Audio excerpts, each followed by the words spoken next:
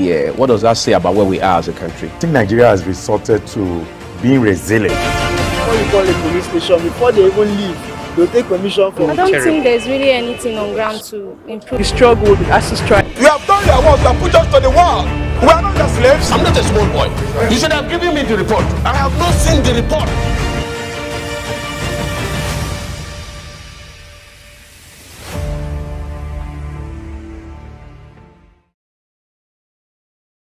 Welcome to Global Morning. The death toll from flooding.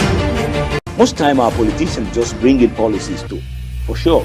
Incidentally, we have several more stories. The legislature was carefully crafted to 22.2% inflation rates as of April this year. What does that say about where we are as a country? I think Nigeria has resorted to being resilient. Before you call a police station, before they even leave, they'll take permission from I don't think there's really anything on ground to improve. the struggle, the ASU strike. You have done your work and put us to the wall.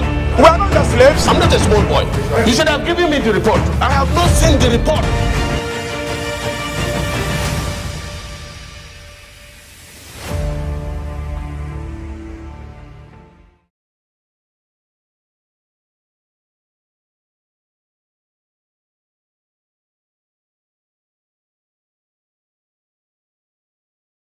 Welcome to Global Morning. The death toll from flooding. Most time our politicians just bring in policies too, for sure.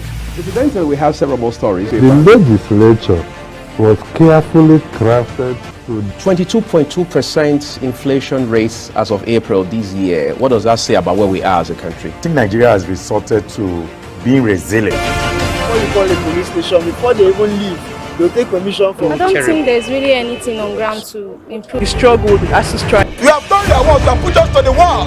We are not your slaves. I'm not a small boy. You should have given me the report. I have not seen the report.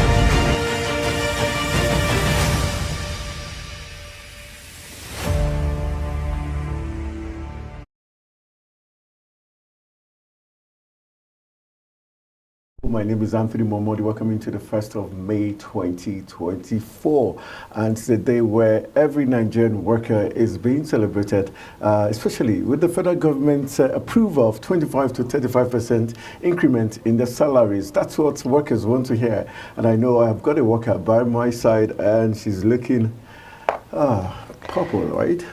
What do you call that? Happy Workers' Day to each and every one of you out there. Anthony Momodu, how are you doing today? I'm Happy doing Workers' like Day. a worker does. As a work done on a Workers' Day. You are a worker, so, well, congratulations to each and every one of us. We're workers and we're proud workers, aren't we?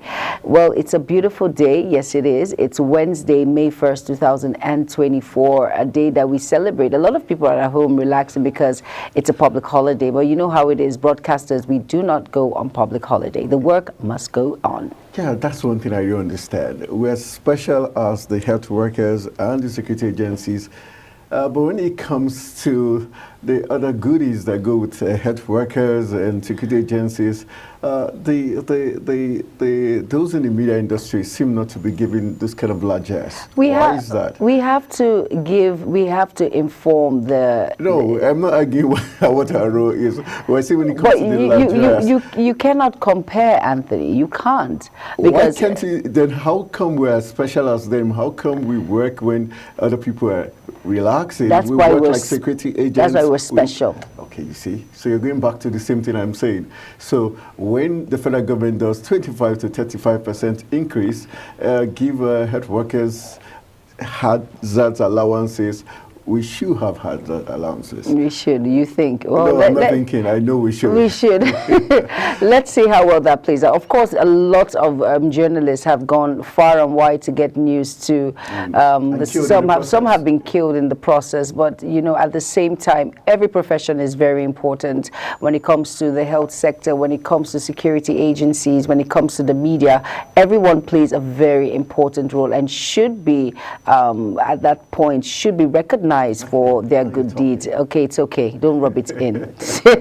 All right, just as we celebrate workers, they want to say thank you to the federal government for appreciating Nigerian workers because the big story that came across all Nigerian workers is that the federal government has approved a 25 to 35% salary structure increase for the Nigerian police. You see what I'm saying? Security agencies again, they're part of those getting the goodies. So, but I think it's good. It shows the federal government has the public servant at heart. Well, I would like the federal government to go a step further to instigate, inspire the private sector to follow suit. Yes, of course. I wanted to mention that. I said for those in the public sector, like those media organizations, of course, they will be beneficiaries of this particular allowances in the public sector. So the private sector, they should, like you said, encourage to do the same thing. Okay, all right. So the big story has it a 25 to 35% increase in the salary structures of the police officers, armed forces, public servants, among others. It's announced this on Tuesday through the National Salaries, Incomes and Wages Commission, stating that the salary raise takes effect from January 1st, 2024. This is amazing. The NSIWC, in a statement issued by its head press, Emmanuel Njoku, said the approved increase of between 25 to 35% in salary was for civil servants on the remaining 6 consolidated salary structures. The commission said the federal government has approved an increase in between 25 to 35%. But let's look at the, I think it's more good news to the ears when you say starting from January. So we're going to have backdated, oh boy, this is like Christmas coming early. Christmas coming in early, yeah, of course, that's good news. It shows that individuals in various sectors in the public sector are being appreciated. I don't like every time you put that public. But I really need you to understand where this is going. Yeah, everybody else that. Everybody else that is the private sector that is already excited.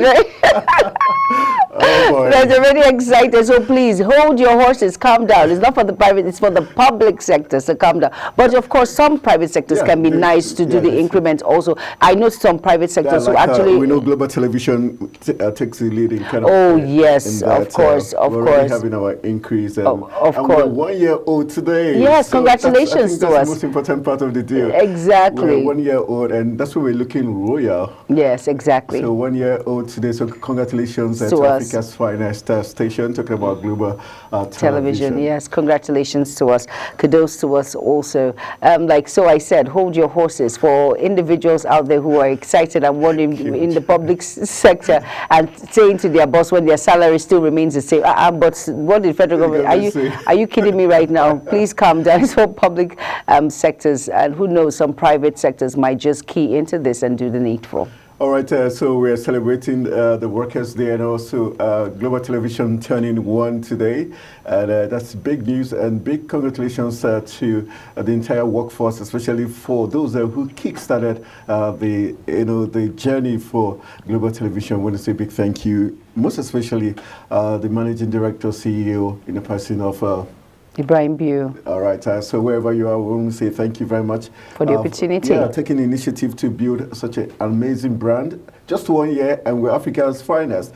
So just hold on, many more to come. All right, let's give you some other big stories making the rounds. Binance is still in trouble, not just in Nigeria, but across the world. The big story tells us that the founder of cryptocurrency firm Binance was sentenced to 4 months in U.S. prison on Tuesday after pleading guilty to money laundering charges in the most high-profile crypto case since some bank man-fried was jailed. Changpeng Zhao, a Canadian, resigned from his post at the world's largest cryptocurrency exchange platform late last year as part of a deal with the U.S. authorities. According to investigations by 2 Treasury agencies, Binance failed to present transactions by movements such as the Islamic State group, Al-Qaeda, or the armed wing of Hamas. Zhao pleaded guilty to violating U.S. anti-money laundering laws, and Binance agreed in February to pay $4.3 billion to settle charges. Meanwhile, prosecutors had asked the judge to impose a 3 years behind bars for the crime that typically results in probation, according to the court filings. This is nice, and so it tells us probably Nigeria was a little little bit backdated because this happened last year. He resigned last year. So it meant Binance was already in the news for wrong reasons. How come it took Nigeria almost a year to find out that these guys were shady? That means we did not, proper investigations wasn't carried out, and that's a laxity in our own point, and our own part. So it shows that we need to do more when it comes to issues like this, especially foreigners that come into our country to try and, lure us into scamming the US. Yes, you want to. What's Nigerians were vulnerable? Like, we like money. It's greed when someone tells you that you can pay this certain amount and get this particular very big amount. We'll be excited. We want to key into it. You can't blame us. It's how we are as Nigerians. Some of us Some of us, yes, in quote and unquote. Okay. Yes, but the truth is, it shows that we have to. The authorities have to do more. Yes, we have to. Our guard needs to be watched. It's very important to be sure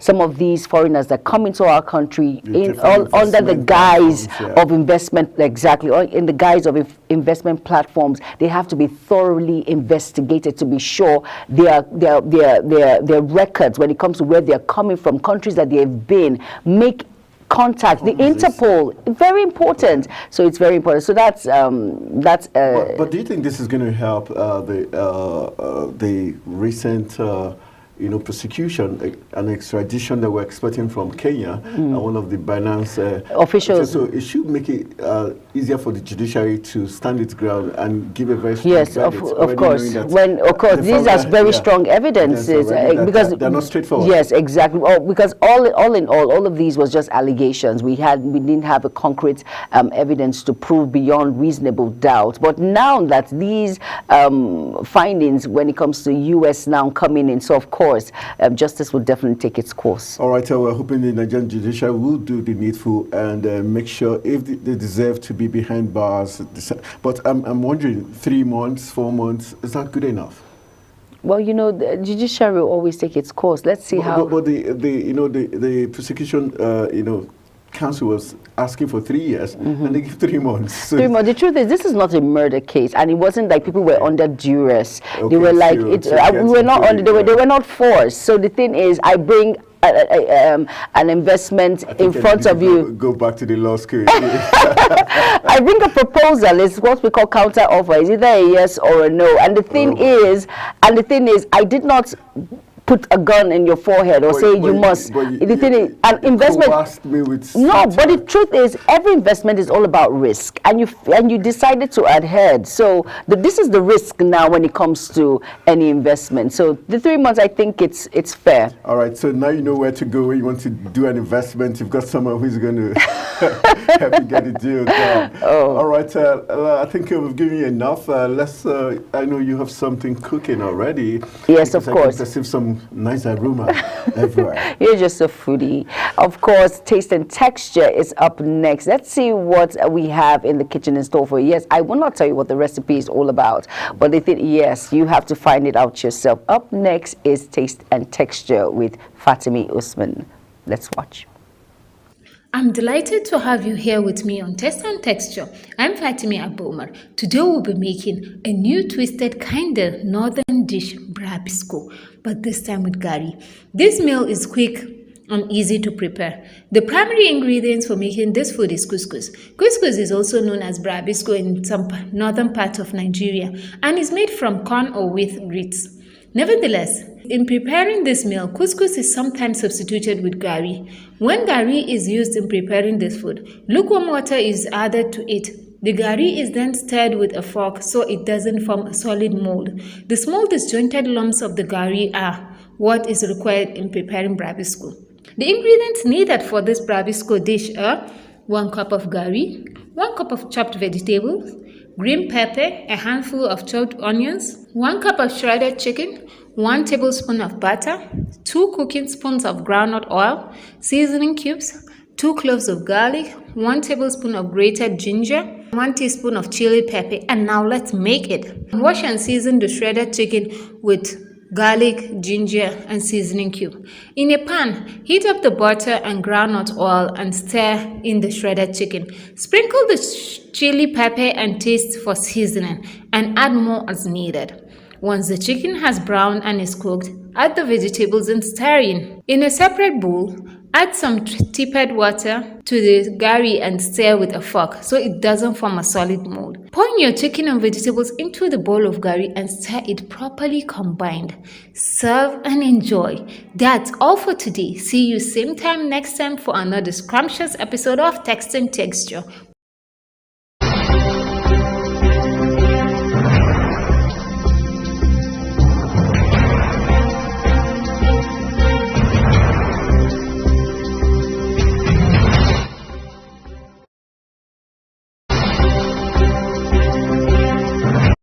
All right, you're welcome back to that segment of Taste and Texture. Hope you learned how to make barbrisco. Very interesting delicacy here that has to do with gari, couscous, green pepper, red pepper, onions, shredded chicken. Delicious meal. Couscous, I like this. It sounds northern. And it is northern. Are you kidding me? Yes. I'm a meaty person, but it's good for breakfast and dinner, I guess. Yes, it's good for either breakfast or dinner. Yes, it's light and it's tasty. It's delicious. So whatever time you want to take it, well. Do we need lots of vegetables go with it? Oh yes, vegetable is good. That is why the green pepper. Some people like to take it overboard by adding the carrots, the green beans, the cabbage. It's overboard. They go overboard, yes. Instead of using the normal green pepper, red pepper, and onion. Somewhat like the term is overboard. Like, overboard. Like overboard. What's going on today? I think it's the vibe of 1 year or Workers' Day, the salary increment that is happening right now. Getting excited. When it's end of the month, when workers are paid, people get this extra ginger. Because you're calculating your pores of your hair is booming. Right, I understand. While we're excited, and Nigerians are not so excited because we've got long queues everywhere. And so the minister is to brief the lawmakers. We're talking about fuel scarcity now. The minister is to brief lawmakers on the lingering fuel scarcity in the country. The House of Representatives summoned the Minister of Petroleum Resources over the lingering fuel scarcity across the country. President Bola Tinubu is the Minister of Petroleum Resources, while Heneke Lokobiri is the Minister for State for Petroleum Resources. The lawmakers did not indicate who they are inviting, though it is unlikely they would invite the president. And the resolution to summon the minister was a sequel to a motion of urgent public importance moved by Shehu Ajilo on Tuesday after the resumption of the House from a 40-day break. The minister is to brief the lawmakers on the lingering fuel scarcity in the country, the impact of the fuel scarcity on motorists across the country. In some states, motorists pay as much as 1,000 naira per litre for fuel. And the NNPCL official, however, said on Tuesday that the scarcity would end this week. The motion Ajilo said the lingering petroleum scarcity is causing additional hardship for Nigerians. He noted that the scarcity is coming at a time when the adverse economic effect caused by the subsidy removal and soaring inflation is yet to be addressed by the government. It's very interesting because there's a story we're going to talk about later on where the minister is also saying about 2-point-something billion is to be spent, about $10 billion. $10 billion yearly to revive. To pay for subsidy again. And because I don't understand. What's going on? You say subsidy removed, now you're saying we're still going to spend $10 billion to. There's something fishy. But first of all, I like the fact that the House of Rep are in confusion. They don't know who they want to invite. But they say they want the Minister of Petroleum. Is it state or... But would it be out of place for the president to be invited? The president? Yeah. No, but you see, that's the thing. He's still the servant of the... I know, and that's the thing. People keep saying when there is something wrong at the topmost, we should invite the president. No. You shouldn't, because that's the Minister of Petroleum. Yes, exactly. And we want the minister to tell us why we're having fuel scarcity. But the truth of the matter is that you know that the president is not, he is in the know, but he's not really active when it comes to issues like... Why would he carry the toga? Then he should give it to someone else. That is why he has a minister as in with him, to work alongside with him, like Bobiri is there. So he has to come and give us the information that we need. Have you ever seen so far that, okay, now, for instance, Adelabu has come out to make some claims. We're talking about electricity. Yes, electricity. I'm just giving, yes, electricity. Okay. Yes, exactly. So they're here to give that instance, to come as the mouthpiece, so to say. The president has so many issues. He has people underneath it. He has so much on his table.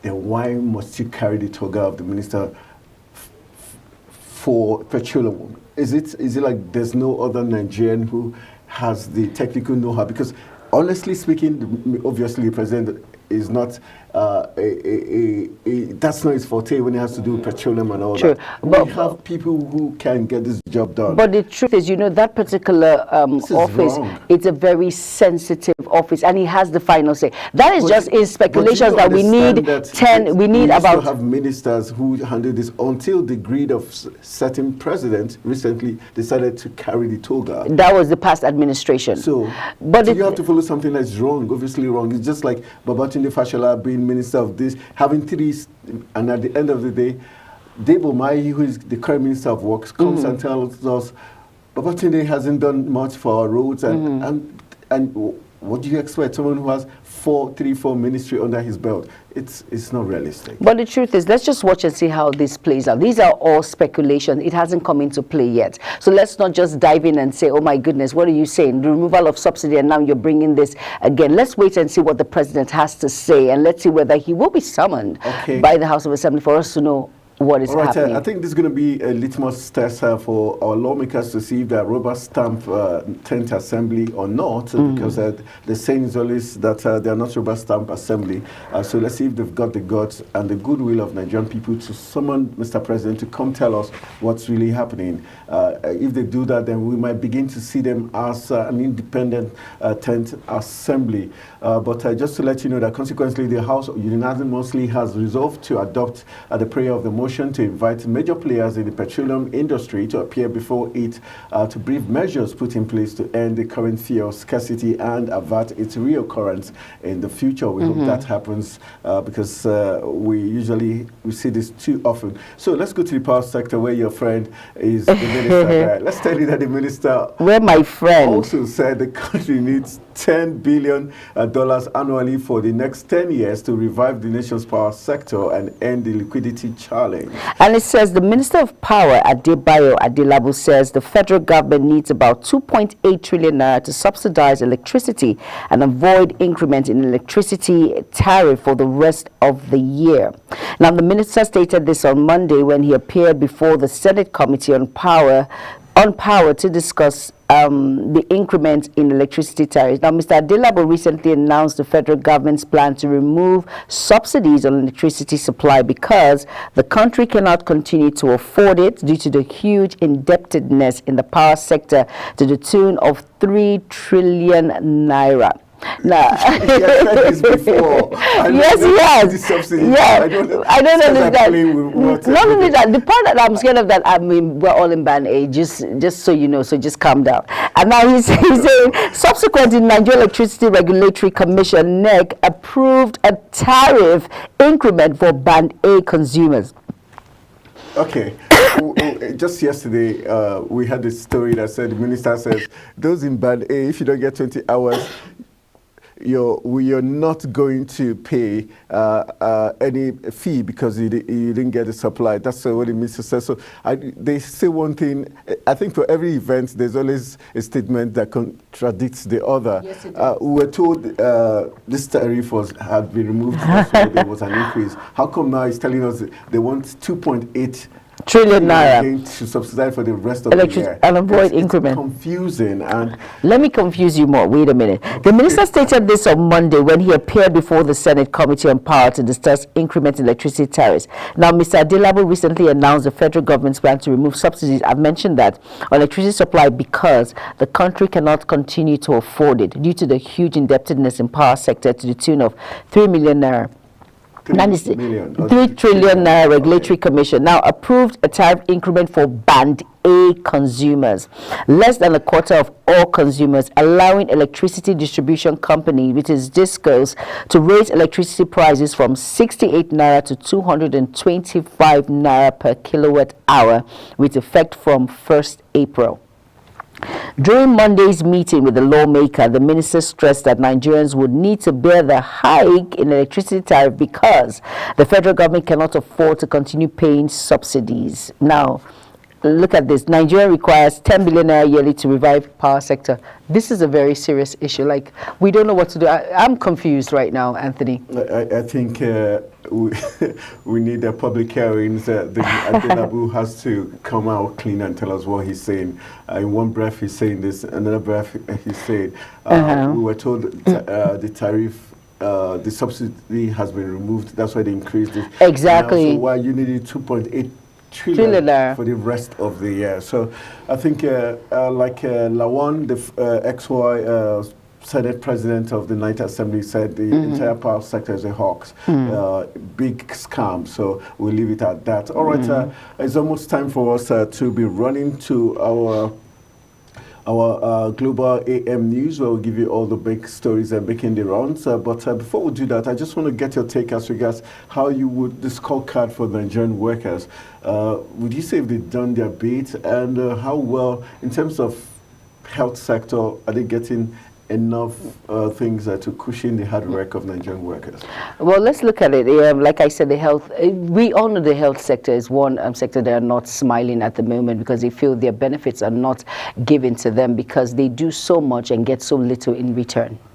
They do so much, Anthony. Like, seriously. No, when you say get little, they're the best, one of the best paid. But But is it consistent? Okay. Let's.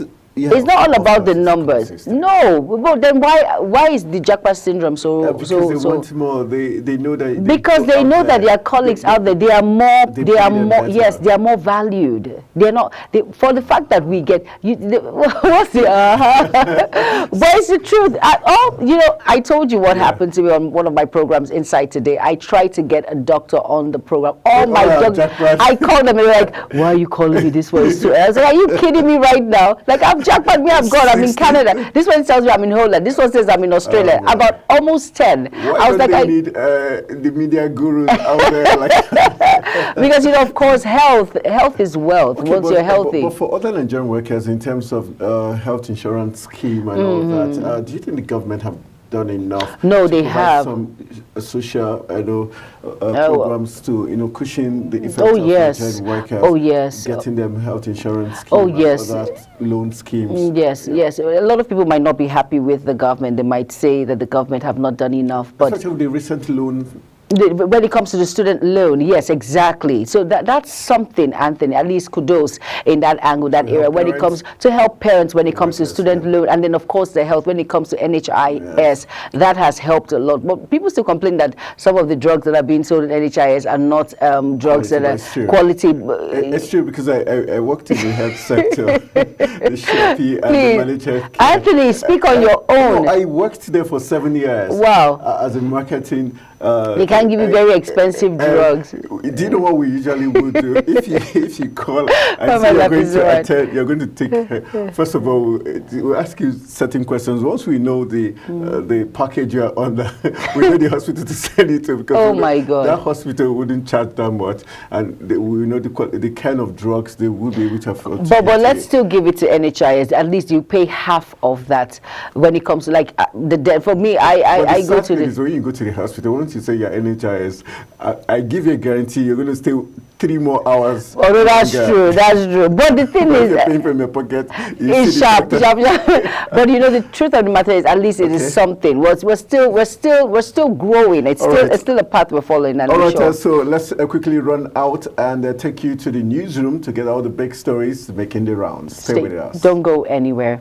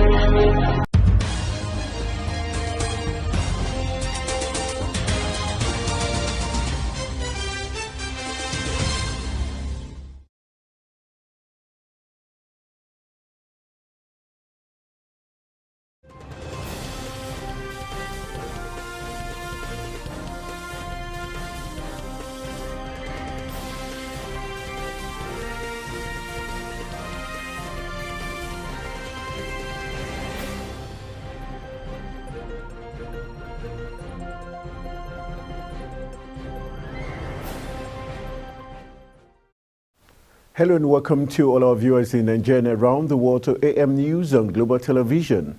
We are live in the nation's capital, Abuja. I am Anthony Momodu.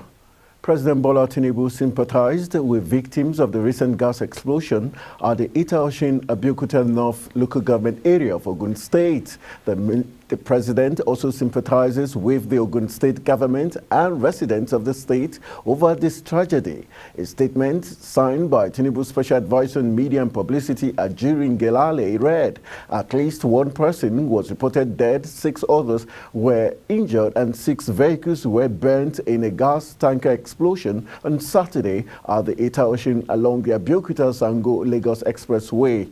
The accident reportedly happened at about 4:10 p.m. The explosion from the solitary gas truck rippled through the community, resulting in the loss of life and property. Tinubu commended Governor Dapo Abiodun on his valiant effort to arrest the situation and immediately restore calm to the community. The federal government has declared Wednesday, May 1st as public holiday to mark this year's Workers' Day. The Minister of Interior, Olubunmi Tunji-Ojo, made this declaration on behalf of the federal government in a statement issued Tuesday in Abuja by the Permanent Secretary in the Ministry, Dr. Aishatu Gogo Ndayako. Tunji-Ojo reiterated the need for excellence, efficiency, and equity in all spheres of labor, reaffirming President Bola Tinubu's administration's commitment to fostering a culture of innovation, productivity, and inclusivity in the workplace. While acknowledging the contribution of workers, he called for proactive measures to mitigate the adverse effect of climate change through synergy in the implementation of sustainable practices and policies that promote well-being in the workplace and in building a nation guided by the principles of integrity, diligence, and compassion. The minister also urged Nigerians to remain committed to the present administration's renewed hope agenda as he wished workers a happy celebration. Yaga Africa has called on President Bola Tinubu's administration to articulate and implement a definitive electoral reform agenda. Executive Director Yaga Africa Samson Itodo made the call while reeling out recommendation after presenting report on the Nigeria's electoral process 1 year after the 2023 general election. He says the commitment of the presidency to support and assent to legislative efforts to reform the electoral framework is critical to restoring public trust, while charging the judiciary to conduct an introspective audit to rectify the inconsistencies and legal discrepancies that have contributed to a decline in judicial trust among Nigerian people. Kikelomo Okere has the rest of the story. The pro-democracy organization noted that 1 year after the general election, an Afrobarometer survey revealed that only 23% of Nigeria trust the Independent National Electoral Commission, adding that it signifies a crisis of confidence that must be urgently addressed. The Election Monitoring Board stated this in the latest report titled Electoral Trust Restored: Nigeria Electoral Process 1 year after the 2023 general election. The Executive Director, Yaga Africa, insisted on stringent measures against electoral offenders to deter future misconduct. He further urged the judiciary and security agencies to protect the sanctity of electoral material and the legal right of stakeholders to seek justice. The President has not made any comment or even shared what his stance or the stance of his administration on electoral reforms. The third, that we've constantly observed is attempts to capture the institution of INEC through controversial appointments. One other trend is unchecked electoral misconduct and the prosecution of electoral offenders, we've not really made progress, and that's why you have this culture of electoral impunity within our political system. A comprehensive analysis of the state of the electoral process following the latest general election shows that there is decline in public trust and unclear stance of the Tinubu-led administration on electoral reform. To ensure that our next election is better than the one that brought us in. We saw that happen in 2007, after the 2007 elections, with Yar'Adua's government, and we have seen that commitment to say, look, we need to take some actions, and we know what those actions led to. And in fact, today, we may not be talking about the history of some of the reforms that have been made in our electoral history, particularly the recent ones, without making reference to some of those actions that were taken after the 2007 elections. The perceived capture of the election management body through partisan appointments undermine INEC's integrity. IAGA Africa says it stands firm against any form of political interference that compromises the neutrality and independence of the electoral institution. Kike Lomo Okem, Global Television News.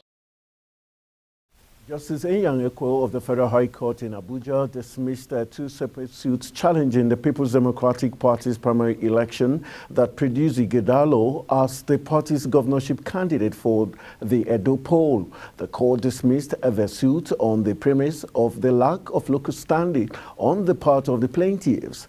Justice Ekwo held that the plaintiffs failed to convince the court or show sufficient direct and tangible personal interest that could lead the court to nullify the primary election. The court maintained that the plaintiff did not establish how their interests were affected or jeopardized by the primary election. The Nigerian National Petroleum Company Limited began offloading 240 million liters of premium motor spirit, otherwise called petrol, as it stepped up efforts to tackle the worsening nationwide petrol scarcity. As the NNPCL began offloading petrol, filling stations sold the product at an average price of 800 naira per liter in various locations. The 240 million liters of petrol imported into the country came in through 5 vessels, which were offloaded into 5 depots. Despite claims by the NNPC that the logistic issues causing fuel scarcity had been addressed, Nigerians in Lagos and other parts of the country still struggled to get fuel as many filling stations remained shut. The resurgence of queues at filling stations across major cities in the country has started posing a challenge for motorists as it continues to have adverse impact on households and businesses across sectors. While the Nigerian National Petroleum Company Limited says the scarcity is occasioned by the issues related to logistics, the price of premium motor spirit, popularly called petrol, has skyrocketed across the country, with some states purportedly selling for between 1,000 and 1,200 and 1,500 naira. Here at the Federal Capital Territory, Global TV's Sharon Ajay follows this rather disturbing development for us. The fuel scarcity invariably creates difficulty for those in need of the product, especially those involved in the transportation business, lamenting the cost of living due to the high cost of food prices in the market. The fuel scarcity has made it a lot worse. In fact, I'm not finding it funny. Buying something in the market is a problem. Queue again for filling station is a problem. I have my money in my hand. To buy fuel again is a problem. I was here before 6 o'clock before 7 o'clock this morning. Look at the time now. You are buying this thing and we are suffering queue again. Please, if you people can beg, help us and talk to people that you people are reporting to talk to these people for us. Nobody is finding it funny again for this Nigeria S-word. Applauding the government for their efforts put in place to ease the cost of living for the masses. More measures should be put in place to curtail the fuel scarcity. How can a country that produces crude oil be suffering this type of thing to get petrol? It's very, very unfair. I'm not in support of that. The government should do something. Though they are trying their best, but they should try more to make sure that the masses are happy. People are not happy. For over 2 weeks, queue here and there. I struggled for more than 2 hours before I could get inside here, which is not fair. Over the years, the fuel scarcity has been occasionally, judging by the current worsened state of the scarcity of the regular queues. It's definitely uncertain when the scarcity would come to an end. It's something that we have been battling with for the past many years, so it's not new to me. Judging by the queue at Central Area NNPC, we see that the fuel scarcity still lingers, regardless of the claims made by the Nigerian National Petroleum Company Limited, NNPCL, in regards to the logistic issue that has caused the fuel scarcity to linger. We see that Nigeria still struggles to get fuel. Sharon J reporting for Global TV News. The senator representing Kwara North Senatorial District in the National Assembly, Sadiq Umar, has described the current fuel scarcity in the country as worrisome. Umar said the scarcity has made it imperative for the Senate to review the fuel policy and come up with legislative intervention in its Tuesday sitting with a bid to nip the situation in the bud. He therefore called on Nigerians to be patient with the government, saying that frantic efforts are ongoing by the President Bola Tinubu-led administration to make life more bearable for Nigerians. On the hike in electricity tariff, Umar hinted that the Senate will organize a public hearing on the matter to either reverse the policy or break it into phases. And still in the news, the National Association of Nigerian Students has threatened to embark on mass action if the federal government fails to take immediate steps to address the current fuel scarcity in the country. The students' body also asked the group managing director of the Nigerian National Petroleum Company Limited, Mele Kyari, to resign if he could not take decisive actions to resolve the fuel crisis. The association Senate President Babatunde Akinteye, in a statement, lamented that the fuel scarcity has left many citizens, including students, frustrated and helpless.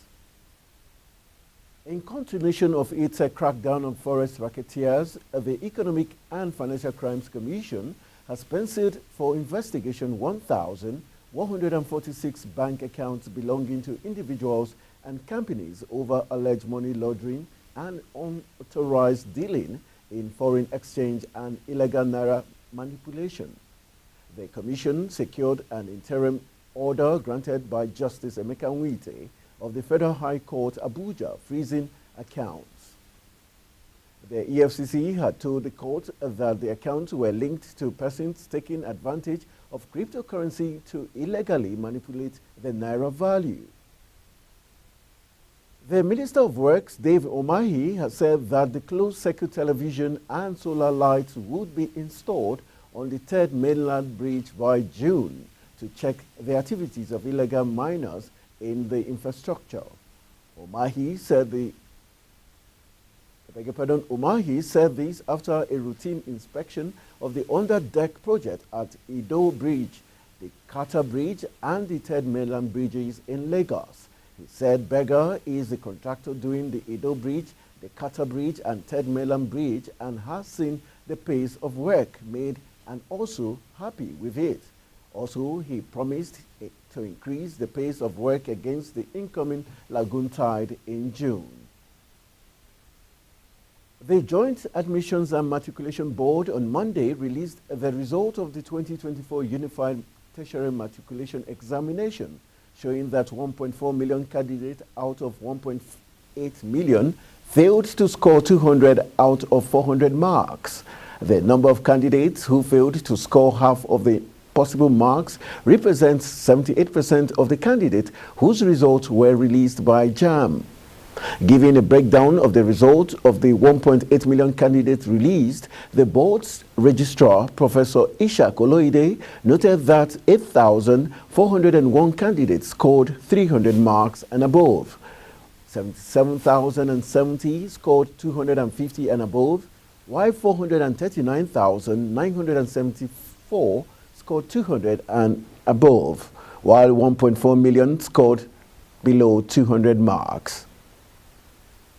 Ogun State Governor Dapo Abiodun ordered evacuation of residents in some of the buildings affected by gas explosion in the Eta-Osun area of Abeokuta North Local Government area of the state.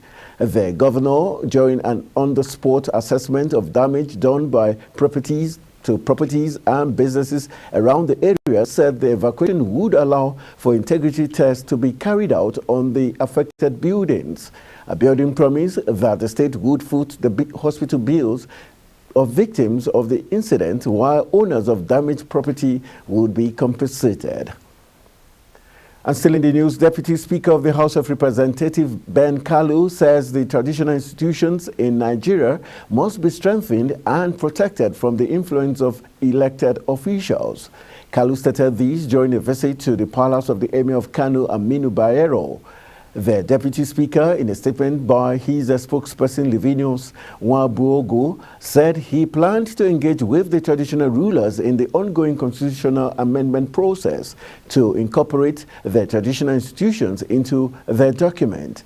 Kalu, the chairman of the House Committee on Constitution Review, said monarchs must have security of office not guaranteed by the local government chairman, governors, or the president, but by the Constitution. The Lagos State Ministry of Environment and Water Resources, in its effort to tackle flooding in the state, has commenced an enforcement initiative aimed at reclaiming a vital drainage channel known as System 1 Drainage Channel, midstream in Ojota and Ogudu. The ministry's Commissioner Tokumbo Wahab, who tweets as Tokumbo_Wahab on X.com, disclosed this.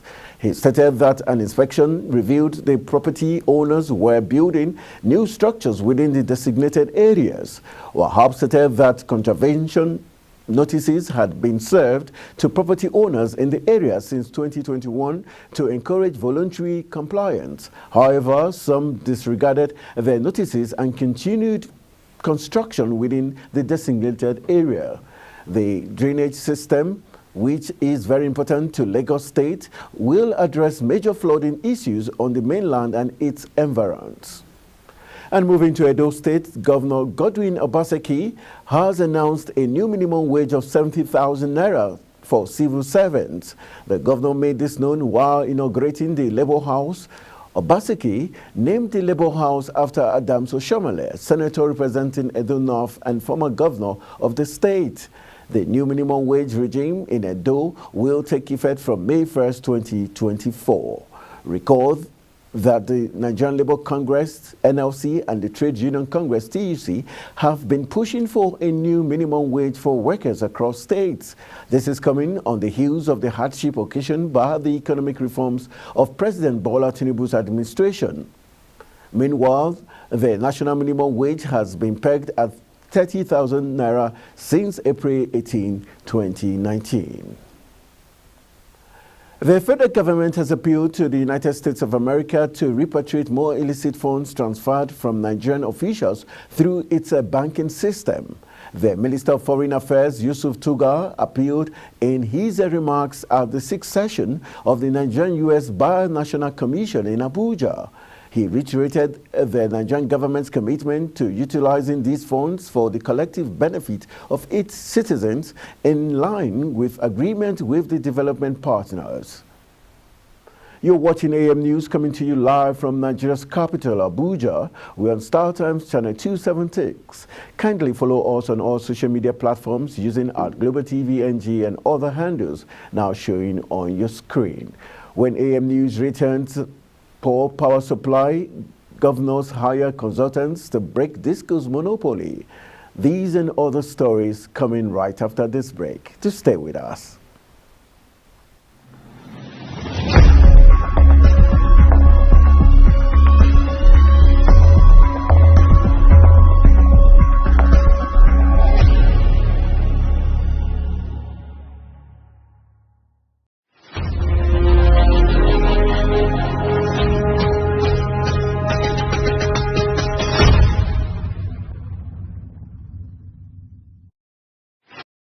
Welcome back. This is Global Television bringing you live broadcast of AM News. Thank you for staying with us. On the foreign scene, the first proceedings in the spiraling multi-part trial against members of an alleged far-right plot to attack German parliament and overthrow the government began in Stuttgart. 9 members of the group, led by the minor aristocrat and businessman Prince Heinrich VIII Rus, will take the stand in the southwestern city. They included, among others, a special forces soldier, a former far-right MP, an astrologer, and a well-known chef. Prosecutors accused them of preparing a treasonous undertaking to topple the German government. The affair is the most high-profile recent case of far-right violence, which officials say has grown to become the biggest extremist threat in Germany.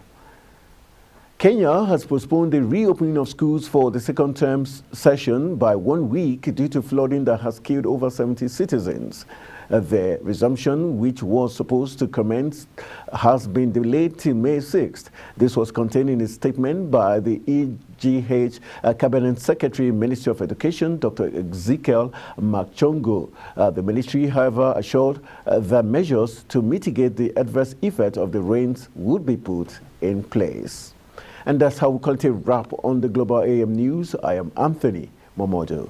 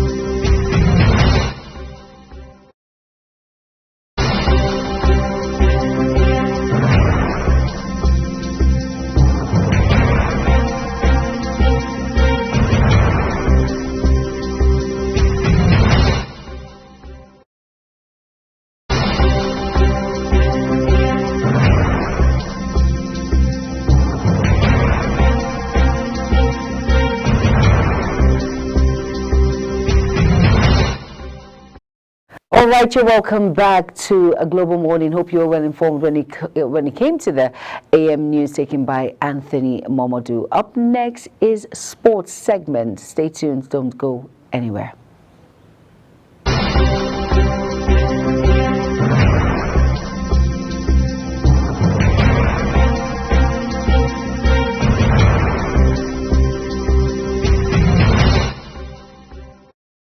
Hello sport fans, welcome to Sports News Update. The Nigerian Football Federation has appointed former Super Eagles winger Finidi George as the new head coach of the nation's senior men's national team.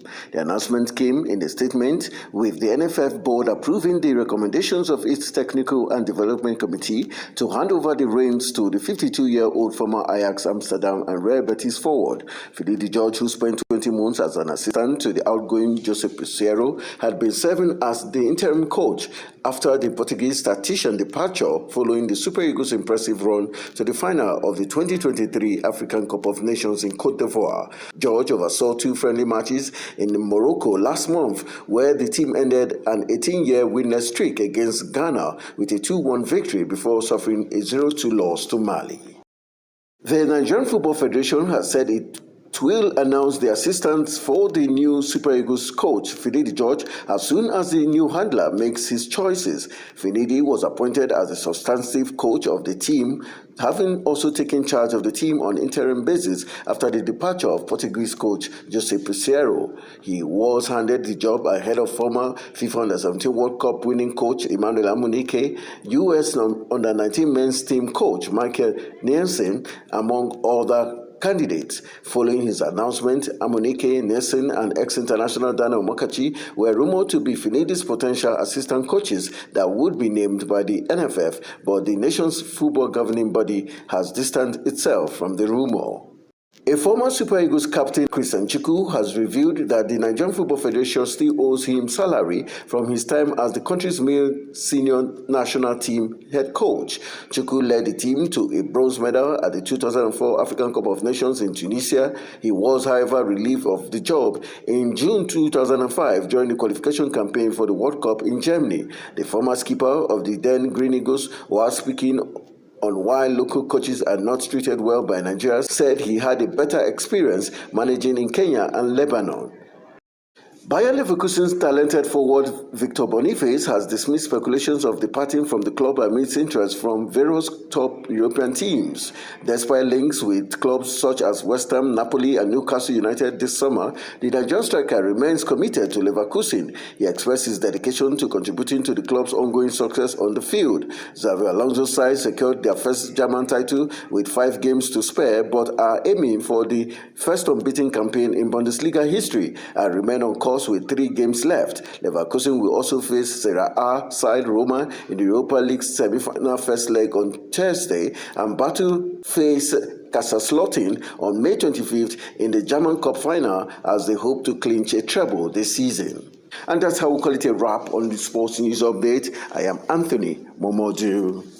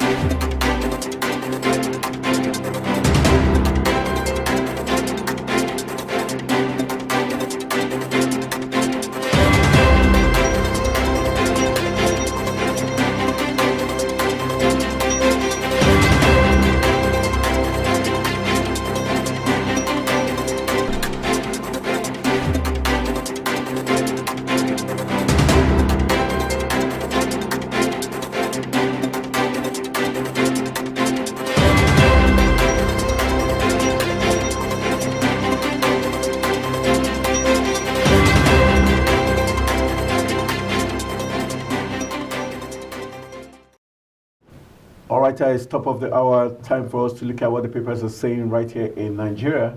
In case anywhere you're watching us from any part of the world, you're going to be seeing the Daily Trust. We've got the Guardian, the Punch, and other papers there for review. I'm not doing it alone. I've got my co-anchor right back in the building, and I will be joined hopefully via Zoom by another person, but Ahazia Suleiman, who is the former director of News Voice of Nigeria.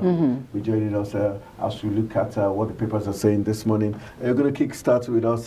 We've got the Daily Trust. We have the Daily Trust, and it says NLC rejects 35% pay raise, insists on living wage. And here it says committee yet to submit report on minimum wage. It says it's worst moment for workers, article. And then Rep NBA students reject electricity tariff hike.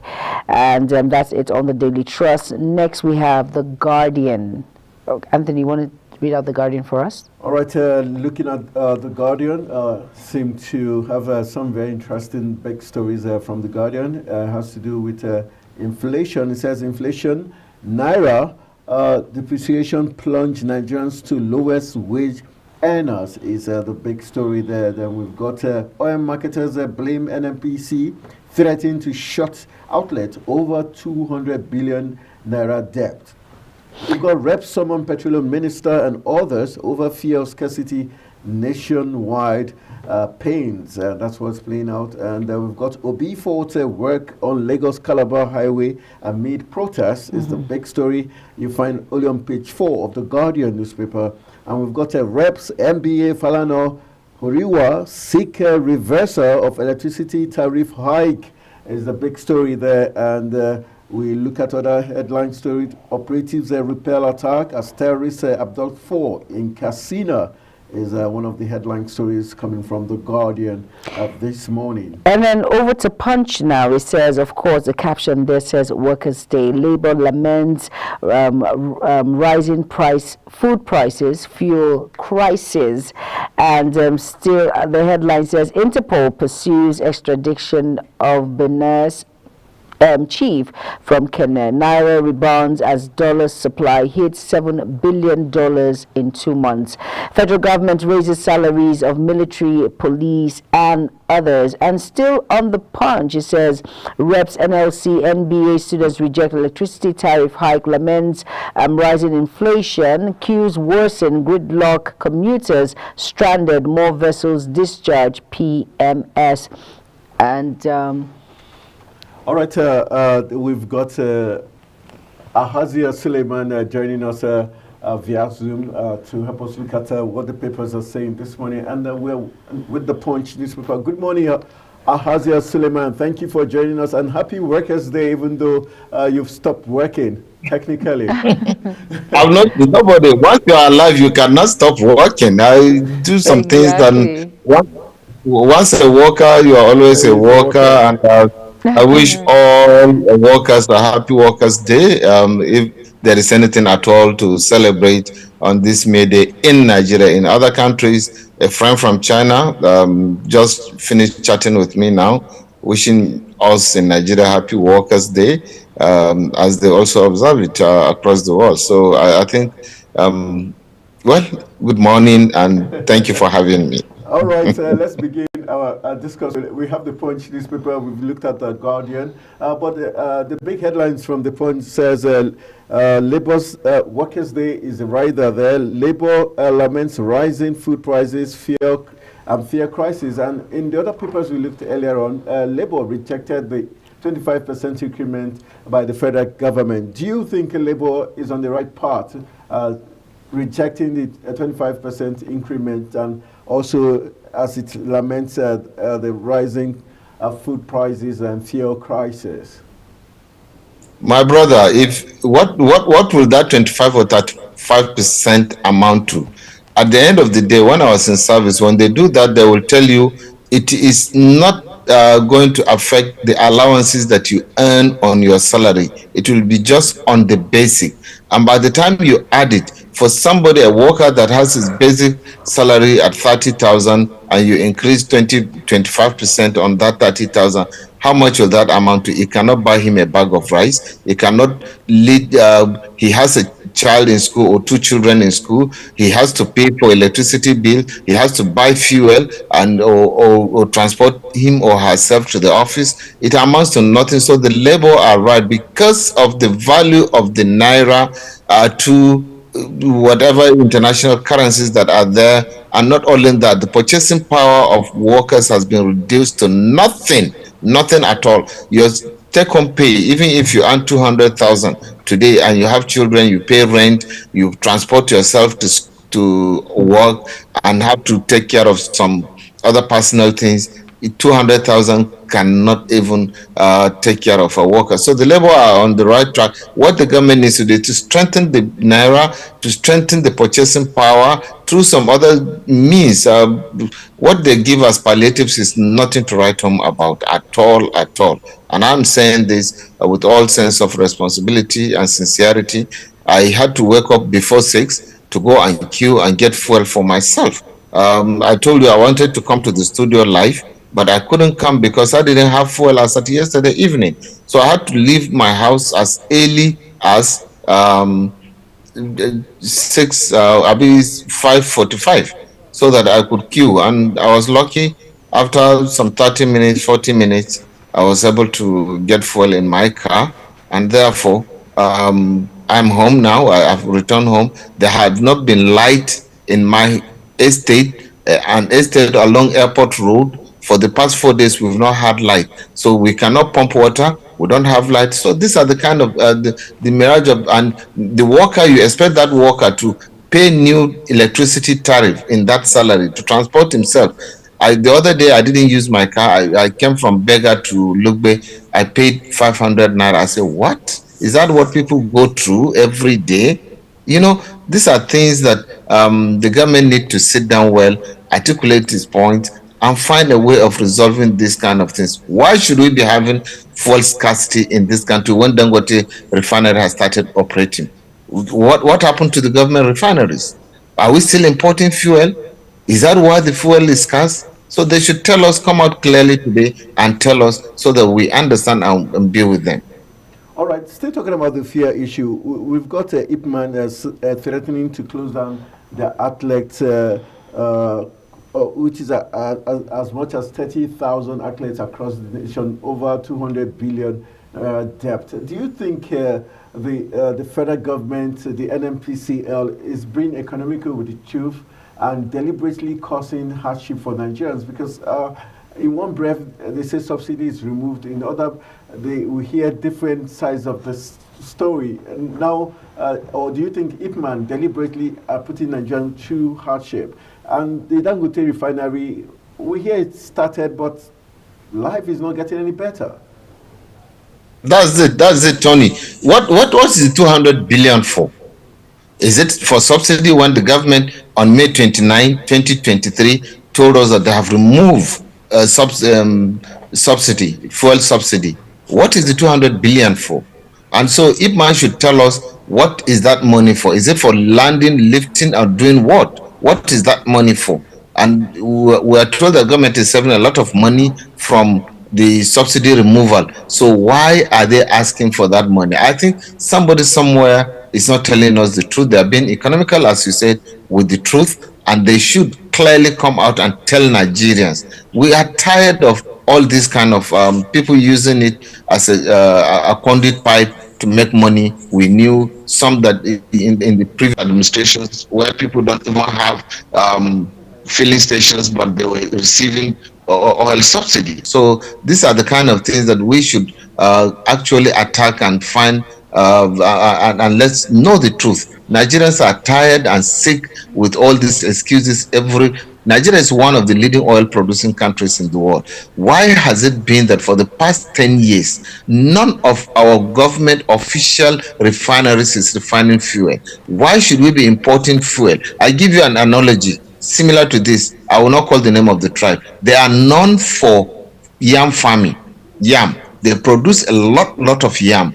And you know, a woman will carry yam in a basket full of yam, go to the market, sell it, and buy fried yam that has been fried with egg. That is exactly, and buy it. Use the whole money of buying the whole basket of yam to buy fried yam that they cut maybe a quarter of one tuber and put yam egg on it, and she will buy and bring home to give the children. It is exactly what Nigeria is doing with our fuel.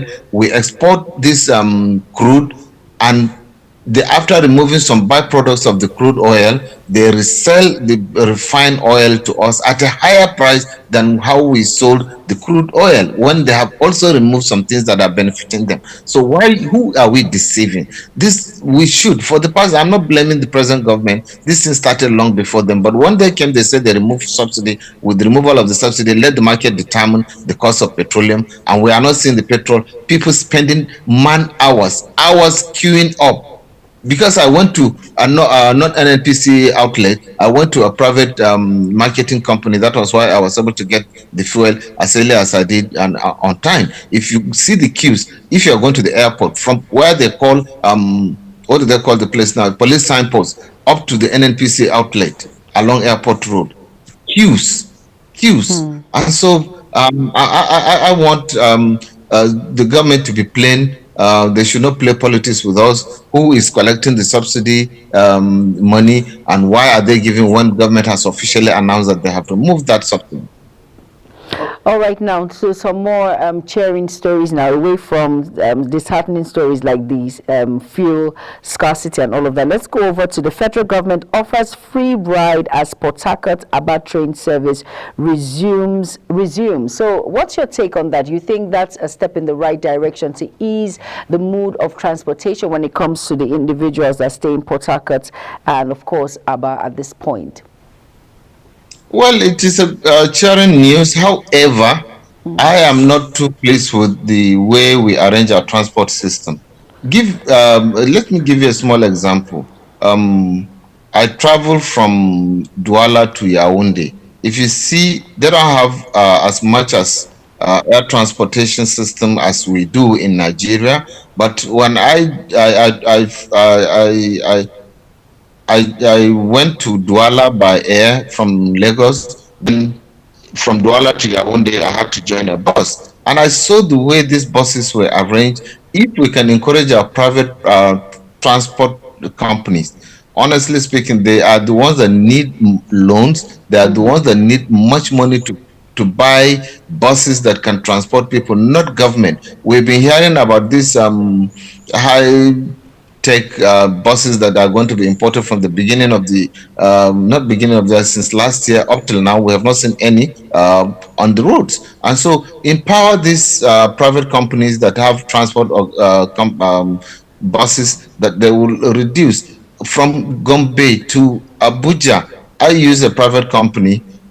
They just called me yesterday because they know I'm a constant traveler and I use the transport company. They said they've increased their transport money from 25,000 to 30,000. Me traveling from Abuja to Gombe. Well, it's comfortable and it's okay if I can afford. And that used to be my return ticket money from anywhere from Lagos to Jos. I'm telling you this. So I don't know. Well, the cheering news about Port Harcourt, fine. If the road is good, I'm fine, and everything is being done, so be it. And we want it like that across the country. I used to travel a lot, Lagos, Abuja, but these days people are scared of even attacks on the road, and the roads are not that good. You go to some parts of Ondo and Ekiti, you find the road terribly bad. And so what do we do? So the government need to fix the road. I'm happy with what the current Minister of Works is doing. I saw a clip somebody sent to me where he was inspecting a road construction, and he has summoned everybody, sacked the works director, the engineer that was supervising that from the ministry, and asked somebody to take over and summon the construction firm to meet him on Monday in Abuja, that they are using clay instead of sharp sand on the road. And that is why when they use clay, he asked one of the Oyibo people to carry the clay in his hand, and they washed it. There was nothing left, only clay. And so once you put that one, you put whatever they use on it, 1-2 days, the road is bad. And that is why we see those blatant things on the road. So it is a holistic thing. Once these things is organized, it will create jobs for people. You will make Nigerian roads safer. You will make everything, the multiplier effect is to the benefit of the Nigerian people. But the minister is on the right track. He is an engineer. I have visited his state when he was governor, and I've seen what he has done in Ebonyi. He will inspect and make sure a concrete road before they lay the nylon tar on it. And so those roads will last and last. And if he's bringing that to the federal, I think it's kudos to the president who found him worthy and appointed him as Minister of Works. So that work should continue, and he should go around the country and make sure that proper things are done to ease our way of transportation. Now, Abuja, Kefi, Akwanga, if you are going towards that axis, you will walk, you will drive very smoothly because the road is fixed. But Akwanga. All right, let's look at the last story we're taking from The Punch before we go to the Daily Trust. We've got Interpol is in the news this morning saying they're still working to extradite Jalawa, talking about the Binance executive back to Nigeria. Are you worried that it's taking like forever to get this man extradited from Kenya? And also we got the breaking news this morning from the US that the founder of the Binance cryptocurrency firm has been jailed for 3 months in the US. So you see, Tony, why is it taking so long? Interpol is an international agency. We have Nigerian angle of it, or Nigerian officers who are members of Interpol. Why is it taking that? There is an agreement that was signed, and once you commit a crime and you move into another country, that country have the obligation of extraditing that person back to where he committed the crime, and therefore it shouldn't take that while. You can see in the US, somebody that has just committed, immediately judgment is passed and he is in jail for 3 months. And so that's how it should be. Why is it that in Africa we find it extremely so difficult to handle issues like that? So please, I'm not happy. Our fellow African country should be delaying. What politics are they going to play about? He has committed what he has committed in Nigeria. They should allow him. Are they afraid? They think what happened to Mazin Nnamdi Kanu when he was extradited from that country to Nigeria, that wanted to cause some diplomatic row between the two countries and other areas like that. If that is the case, then we should follow the diplomatic. All right, let's move over to the Daily Trust now. And it says, the caption there says Mayday, of course, and it says NLC rejects 35% pay raise, insists on living wage. Now, committee yet to submit report on minimum wage, and it says it's worst moment for workers. Article says that. So let's talk about the NLC rejects 35% pay raise and insists on living wage. What's your take when it comes to the living wage and, of course, the pay raise at the same time? Don't they work together, or they want it separately, or what really do they want when it comes to the NLC? You see, in the first paper we reviewed from The Punch, what I said, when they say 25 to 30%, what is that amounting to? How much will it amount to?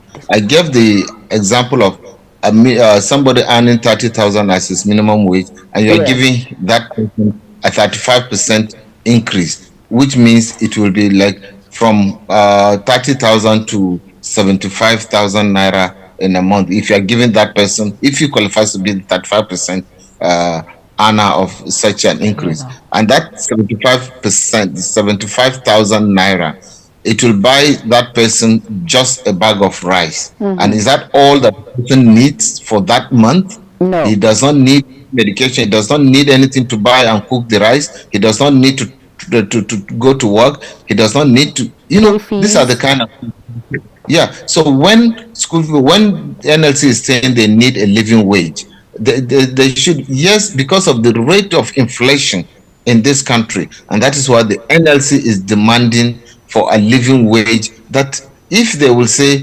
100,000, we know minimum, then the highest should not be a certain, the percentages should reduce. It is not just going to be the minimum wage on basic salary. I want it reflected on all the allowances. If the 35% will reflect on all the allowances and the basic salary, then it is acceptable. But if it is not just the basic, then certainly the workers still have a very, very long way to go. I'll give you an example. I am a retiree. I retired in October, and up till this moment, my salary was stopped from October. As I speak with you now, no kobo. I have not started drawing my pension. I have no kobo that has come to my pocket from government because I have retired. How do they expect me to live? That is what brings corruption in civil service. Those who have the opportunity to steal, they can steal. Because I have not been paid until I clock 1 year. I said, what will I be eating in that 1 year? What will I be eating? And so that is, I cannot save. I have 4 children in the university. How do I handle them? What do I do? So, and I have 1 in secondary school. So 5. How do I handle them? How do I feed myself? How do I transport myself? These are the challenges that one goes through. I live on the goodwill of people who knew me before, and they once in a while they know that I don't draw any salary any longer, and they try to help me. Otherwise, and we are like that many. Me, I'm privileged to have people that are helping me. What of the others? What of all right, so these are the things. Commentary there. Very, very sad. Very sad commentary. Let's take this last as we wrap up the paper review segment. The last story, we're going to the continent where we're taking you specifically to Niger Republic. The big story coming out from there, from the Daily Trust says, ex-Niger President Issoufou behind my dad's ouster, says Bazoum's daughter. Let's look at the accusation by Bazoum's daughter saying the ex-president Issoufou is behind Bazoum's ouster. Do you agree with Bazoum's daughter? Tony, I listened to her on BBC Hausa service. I'm a radio man and I listen to a lot of radio stations. When she said that thing, immediately the Mohamed Yusuf's camp reacted and said she should look elsewhere for those who ousted her father from power. But she has every reason for that, because Bazoum succeeded Issouf. And so how would somebody that you handed over power to, you turn back again to come and oust him from power? And so I don't think she's trying to find a way of maligning and bringing in Mohamed Yusuf into the whole drama. That and she said also on the interview that I listened to that once Yusuf tells the military junta to release their father, they will release him. And so things, if you study why the junta took over, you will find out that there are so many things that Bazoum was doing that was against the policy. Today, Niger's economy is booming because the military has stopped all the French companies that were reaping them.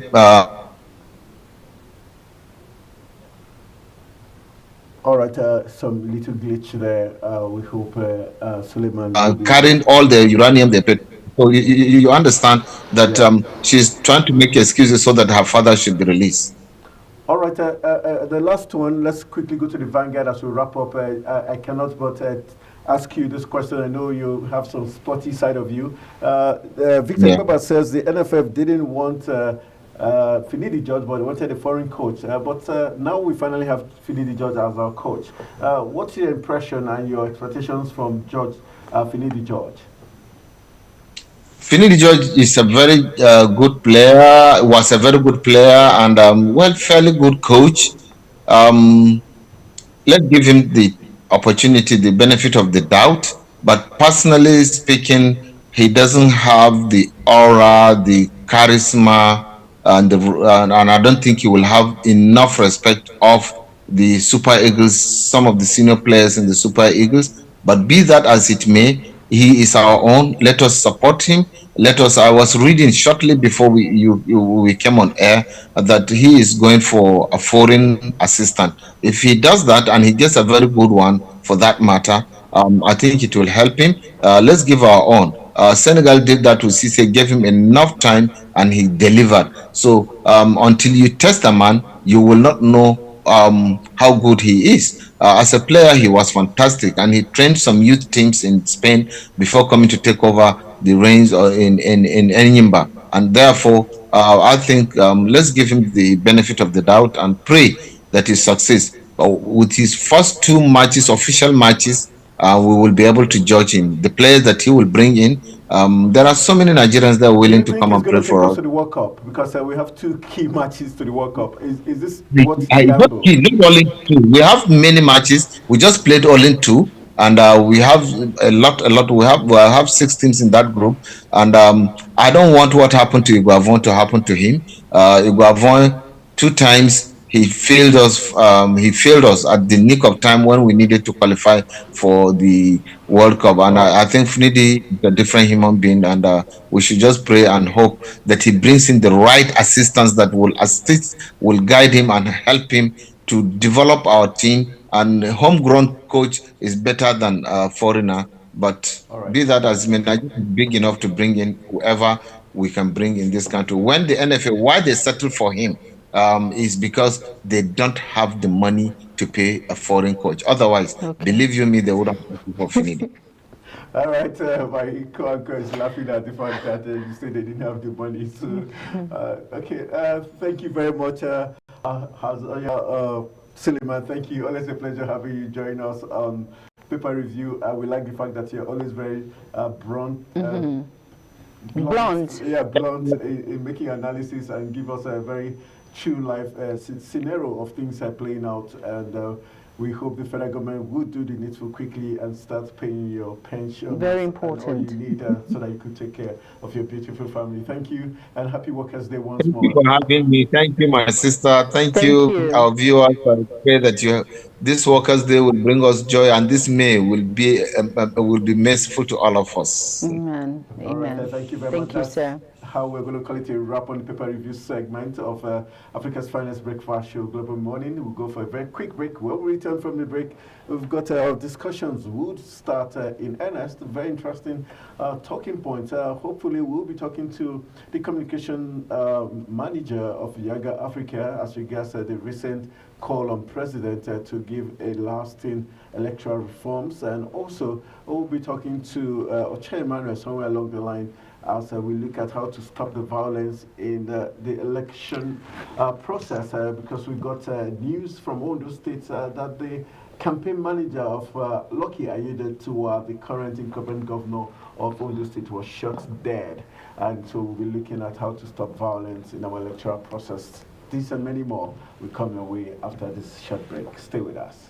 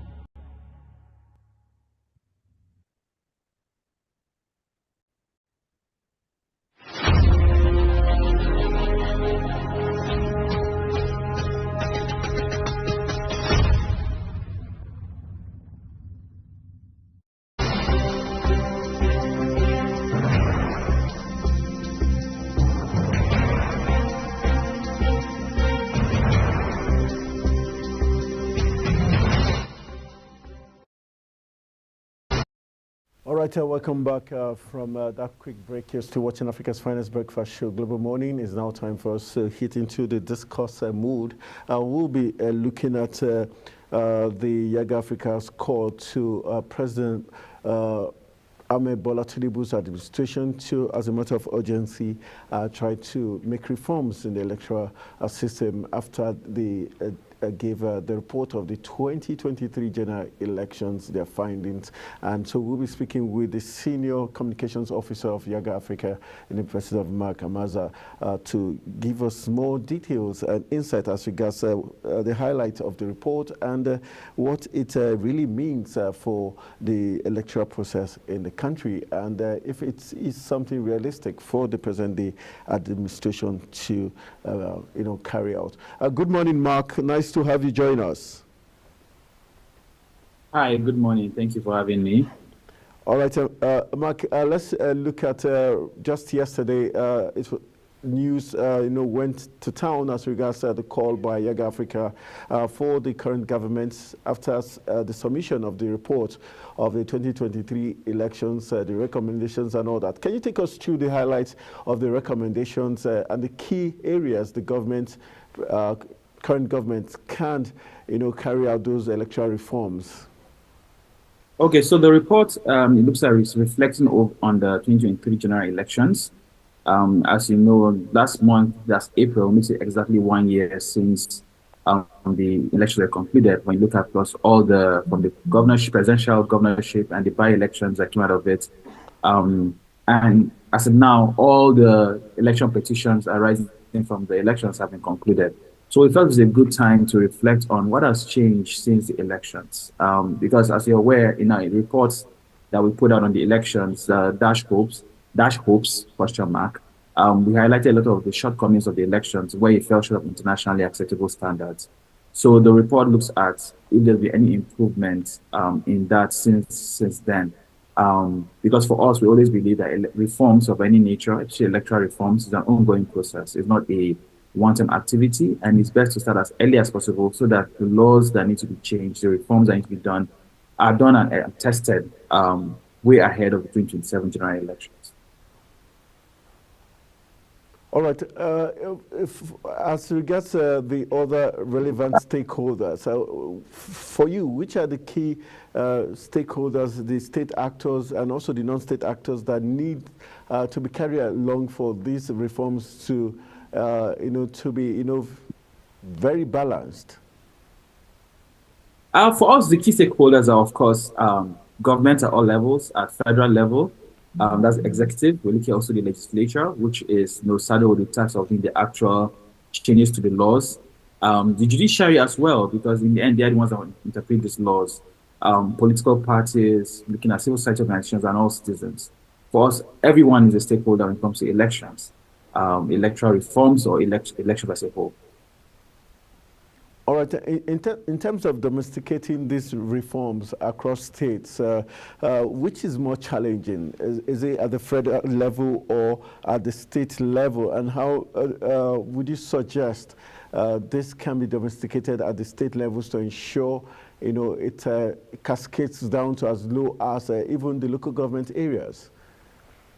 That's an excellent question. So for us, this focuses on the federal electoral law, which is the Nigerian Constitution and the Electoral Act, and other ancillary legislation. But when it comes to local government laws, as you're aware, the Nigerian Constitution has puts local government, local government elections under the direct purview of states, which means that states might have differing electoral laws for local government elections. I'll give an example. Although the Nigerian Constitution, by virtue of the Not Young to Run bill in 2018, has lowered the age of eligibility for House of Assembly seats to be 25. In some states, the minimum age for contesting consulorship and chairmanship seats is 30. So there are some issues here and there, and it's just looking at one aspect of the law. So regarding how it cascades to the state level, it's on a case-by-case basis where we engage with state electoral stakeholders to find the gaps in the electoral laws and making those necessary reforms. And this is what we already do. We are currently working with 3 state independent electoral commissions in Akwa Ibom, Kaduna, and Lagos states, where we're collaborating to see how to identify those gaps in their electoral legal framework, making the necessary reforms, and testing it in their local government elections, which all will hold this year.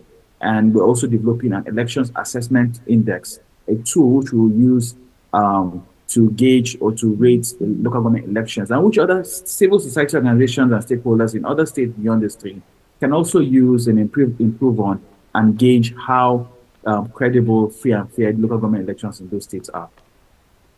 All right, there's one of the key issues raised in the report, which has to do with the decline in trust, decline in public trust for the judiciary and also the electoral body. How can this be tackled? One way to tackle this will be to improve on the elections. It's simple and short. It's to identify what went wrong, has been going wrong in elections, and making sure that those do not happen again. Make sure that steps are taken to prevent their recurrence. I'll give you an example. A huge, I've said this on your show before, a huge breach of trust that happened in the last general elections was a failure to transmit, electronically transmit results of the presidential election, which defeated the purpose of that opportunity created by the law, by the new Electoral Act, where INEC will transmit election results. It also denies citizens the ability to be able to see in near real-time election results from polling level and to create a layer of accountability. While the Supreme Court was right, the courts are right that the IREV is not a collation tool, it's an accountability tool. And the absence or the failure to transmit the election results diminish trust, citizens' trust in the electoral process significantly. We have seen cases where citizens or where politicians or persons allied to politicians prevent the judicial process on election protection from happening. We saw that in Kogi State in the off-cycle elections, where following the elections, some supporters of a certain party mobilized to prevent the opposition party or other parties from accessing materials that will form part and parcel of the election petitions. And those kind of situations end up diminishing trust in the electoral process. We have seen cases prior to the election where you have conflicting judicial pronouncements of the elections. So those are kind of issues I need to look at where there are cases of violence, persons that commit violence, and who they commit the violence on their behalf are held accountable. Without this happening, this electoral trust that diminished cannot be restored. All right. We also, in the report, there was areas of electoral impunity where INEC officials are attacked. We have the issues of pre-filled election sheets like we saw in the Kogi elections. How bad is this? And do you think the government, especially the current APC-led government, has the political will to work on these? And also the fact that there's a call for the removal of the current INEC chairman as to say he has done poorly. Okay, so I will start by talking about how bad it is. The thing is, it's even if one will argue that the cases of the pre-filled election result sheets do not as a whole change the outcome of the elections, it still impacts how people view the elections. An ideal elections will be one in which everyone, whether your candidate wins or not, can look at it and say, this was a free and fair process, it was credible, and we can live with the results. But we can't say that where there are cases of pre-filled election result sheets or any other irregularities. As regards political will, we saw that in the previous administration where there were 6 attempts to amend the Electoral Act. So the 5 attempts to amend the Electoral Act, so the 6th attempt that it finally got through. And that was a huge setback in how we reform our electoral process.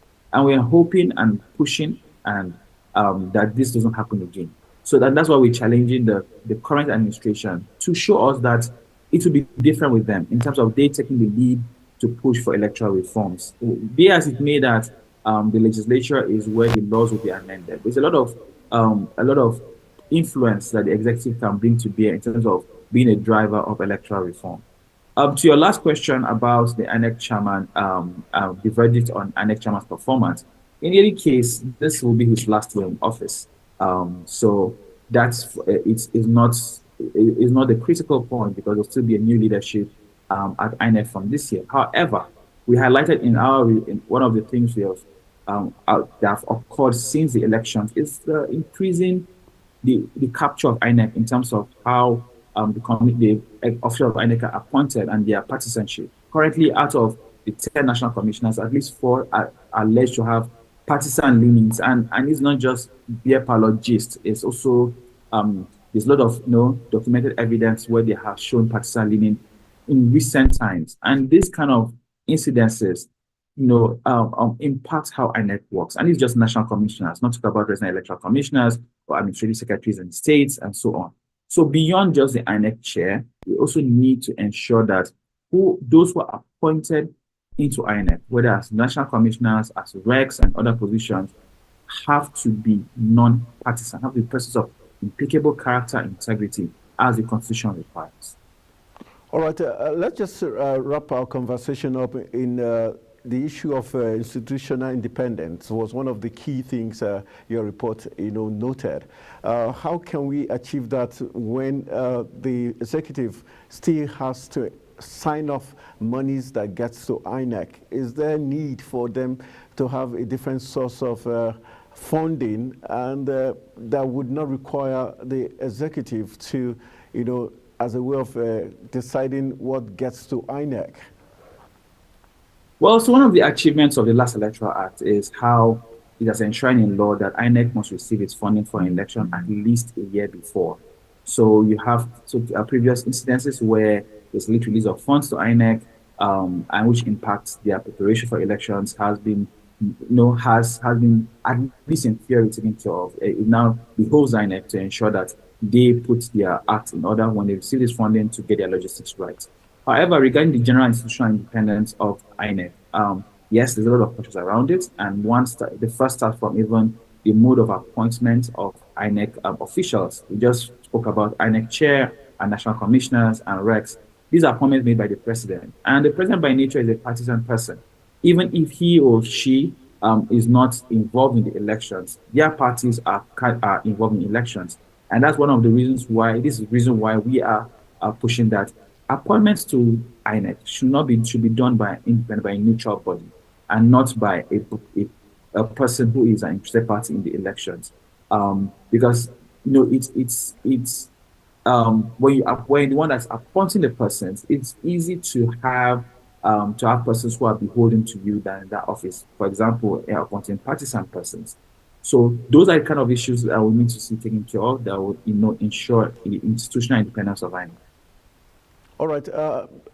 I think it will be unfair if I didn't ask this question as regards the civil society organizations, the election observers, and also the EU, who also send their observers. Some as to say the election observers, civil society organizations like Yega Africa and others, at a point also seem to be partisan, and they seem to screw their reports or their findings towards certain political affiliations. Is that true? I can't speak for every civil society organization, as you're aware. I can only speak for mine, for Yega Africa. So I can't, it is possible that yes, there are civil society organizations who have one skew or the other. And I think to help the process, that when we make such allegations, we are very particular about what civil society organizations or the other. But I will speak for ourselves at Yega Africa. We are non-partisan, and we have been since our inception 17 years ago. This is not our first rodeo in terms of observing elections, and we have done that from party, even as power at the center has changed hands in political party-wise. However, but beyond that, civil society organizations and election observers play a very vital role in the electoral reform process. In highlighting, we're not just all criticism, we also highlight places where things have gone right. For example, we always talk about how the beavers were deployed excellently in the elections, and that reduced incidences of overvoting, of multiple voting, and so on. So we're not all criticism, but importantly, when we highlight places or points where the electoral process fell short, we don't just stop there. We go a step further to engage stakeholders to see how we can reform. For example, in November last year, we held a citizens town hall meeting in conjunction with the National Assembly's Joint Committee on Electoral Reforms, where citizens came and presented their proposals on how on specific ways that the electoral legal framework in Nigeria can be reformed, can be changed to achieve credible elections. So you see, these are steps that are taken or involved in terms of ensuring that the credible, free and fair elections that we desire is achieved. Okay, the question is, how do these civil societies, Yaga Africa and others get their funding? Because they say it's through this funding that make the report. For instance, it took a year for Yaga Africa to get this report out. The question in the minds of some public analysts and commentators and critic is the fact that this time lapse allows for either doctrine or influencing of this report. Can you give us an idea why it takes this length of time for the 2023 report on the elections to brought out? A point of correction there. This report is not on the 2023 elections. This is a report reflecting on the elections and seeing what improvements have happened in the last 1 year. There's a difference. Our 2020 elections report was released in July last year. And that itself was after we released election statements on the election day and from the presidential and governorship elections. So this is a reflection report. This is saying from the elections last year, what has changed till now? Looking at we are looking at the gap in the last 1 year to see improvements. We are not looking at the elections itself. It builds up on the elections reports, which I mentioned earlier called dashboards. This electoral trust restored is a build up on the previous one. So we are not putting out an 2023 elections report now. We are putting out a report looking at if there have been any improvements since the election. So there's a difference. All right. Thank you very much, Mark. Always a pleasure having you join us. And happy Workers' Day to you and all staff of Yaga Africa. And thank you for the great job you're doing to shape Nigeria's electoral process. Thank you very much. Happy Workers' Day to you too. All right, so that's Mark there, the Senior Communication Officer of Yaga Africa, giving us a clue to what the recent report and the call for the federal government to implement strategic reforms in the electoral process, looking at very key issues like institutional independence and electoral impunity and obstruction of electoral justice and other key areas to ensure that Nigeria's electoral process gets better ahead of 2027 and for future elections to come. All right, in case you're just joining us, you're watching Global Morning on Global Television, Africa's Finest Breakfast Show. We'll also be going for another quick break. When we return from the break on top of the hour, 9 a.m., hopefully we'll be joined by another guest as we look at today is May Day, Workers' Day, and May 1st is celebrated as Workers' Day right here in Nigeria. And the federal government is in with a shout with a 25 to 35% salary increase for workers in the public sector, just to ensure that the Nigerian workers' life and the life of their family members is better. And so we're celebrating alongside all Nigerian workers today as we celebrate Workers' Day. We'll go for a quick break. When we return from the break, we'll be looking at Nigerian workers, federal government's impact and expectations from Nigerian workers on this very important day. Stay with us.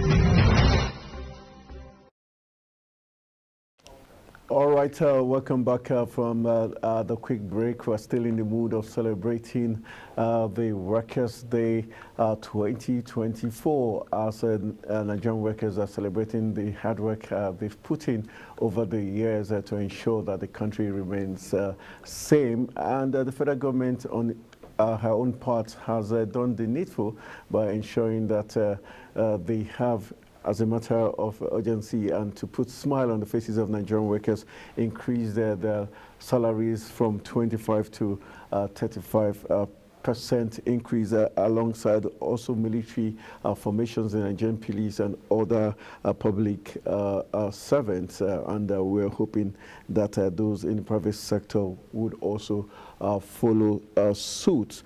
Already we'll be having Dr. Chike Okogu, who is the Chief Responsibility Officer of the Center for Ability, Rehabilitation and Empowerment, as we also try to be all-encompassing, getting the people living with disability to join in the celebration of today, historic day, talking about the 1st of May 2024, Workers' Day. And not forgetting that we're also celebrating happy 1-year anniversary of Global Television as we turned one today, the 1st of May 2024, making it 1 year of beautiful broadcast to your living rooms, giving you all the big stories, making the rounds in the exciting world of sport and also media discourse. We'll discuss very, very typical, topical, current affairs issues, and also not forgetting insights. We'll give you insights to happenings in Africa's biggest black nation and across the world. Not forgetting the big talk, where we bring you fantastic guests to give you very balanced analysis of issues when it has to do with Nigeria and around the world. That's when we're talking big talk, and not forgetting the desk where current affairs analysis of trending issues across board is put on the desk for analysis. And obviously, you cannot forget Lunch Global, where big lunch meals are served to you in delicious meals at that. That's some rundown of not forgetting the kids. Also get excited with story time, where Sharon Ajay gives the kids the very best when it comes to story time and getting our kids well informed. All this programming just for your own delight, to ensure that truly you get the very best. And not forgetting, as we face security challenges in the country, we've got Security Matters, where Kikelomo Okere gives you the very best in terms of security matters. Big stories making the rounds on security also comes your way. And not forgetting Business Point. Yes, Business Point be anchored by our own Queen Agaba, giving you the big stories in terms of the financial sector, getting you well informed how the dollar and the naira are all going, vice versa. So all this programming just for your own delight as we celebrate 1 year anniversary, giving you the very best in the African continent. All right, let's go quickly. Hopefully our guest has joined us via Zoom. And we're hoping he has. We're looking forward to having Dr. Chike Okogu join us via Zoom to look at Workers' Day, federal government's impact and expectations. All right, Dr. Chike Okogu, we want to say happy Workers' Day to you and everybody else living with disability with great ability. Good morning. Good morning, Tony. Good morning, Nigeria. Good morning and happy birthday, Global TV. Yeah, it's a wonderful. We thank you. It's a wonderful Workers' Day. But please, Tony, let me quickly correct this. Okay. We are not persons living with disabilities. We are persons with disabilities. Because when you say we live with disabilities, when you say we live with a disability, it makes the disability sound like a disease. No, it is not a disease. Far from it. Far from it. It is a situation and a condition we found ourselves in. True.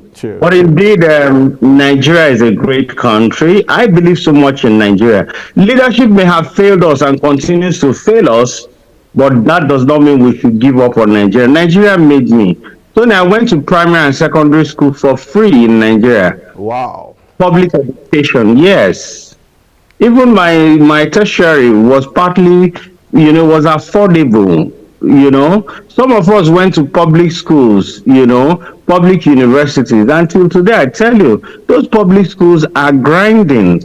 They are still churning out the best of students that beats the private universities. True. And yes, look at what Nigeria is giving us. As we comment, I want to quickly take my words from, I think it's First Timothy 5:8. I can't remember. I know it's in the book of Timothy thereabouts. Okay. Where I think it's 5 Timothy 5:18. Sorry, I'm not my pastoral part of me. Skills. But it says something about do not muzzle an ox while it is treading out the grain. The worker deserves his just wages. Nigeria is muzzling the worker who deserves a just wage. Just wage. Not when we say just, we mean a justiciable wage, a wage commensurable to their work, not just as a mere wage. What they are giving us, they are confusing just. That means a commensurable pay for work done, as against just like mere. Abemo will just give them something. Nigeria will get better. It's a long program that you and I have today. Let me hand over the baton to you and then we'll continue. All right, let's look at Nigerian workers across board,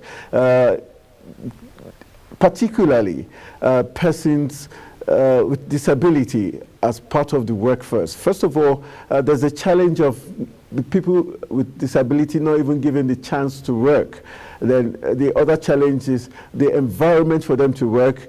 Then the third challenge, the appreciation of the work done by those with disability, being able to put in the very best, as even if not better than those without disability. I'll just take us through these three phases that I just mentioned.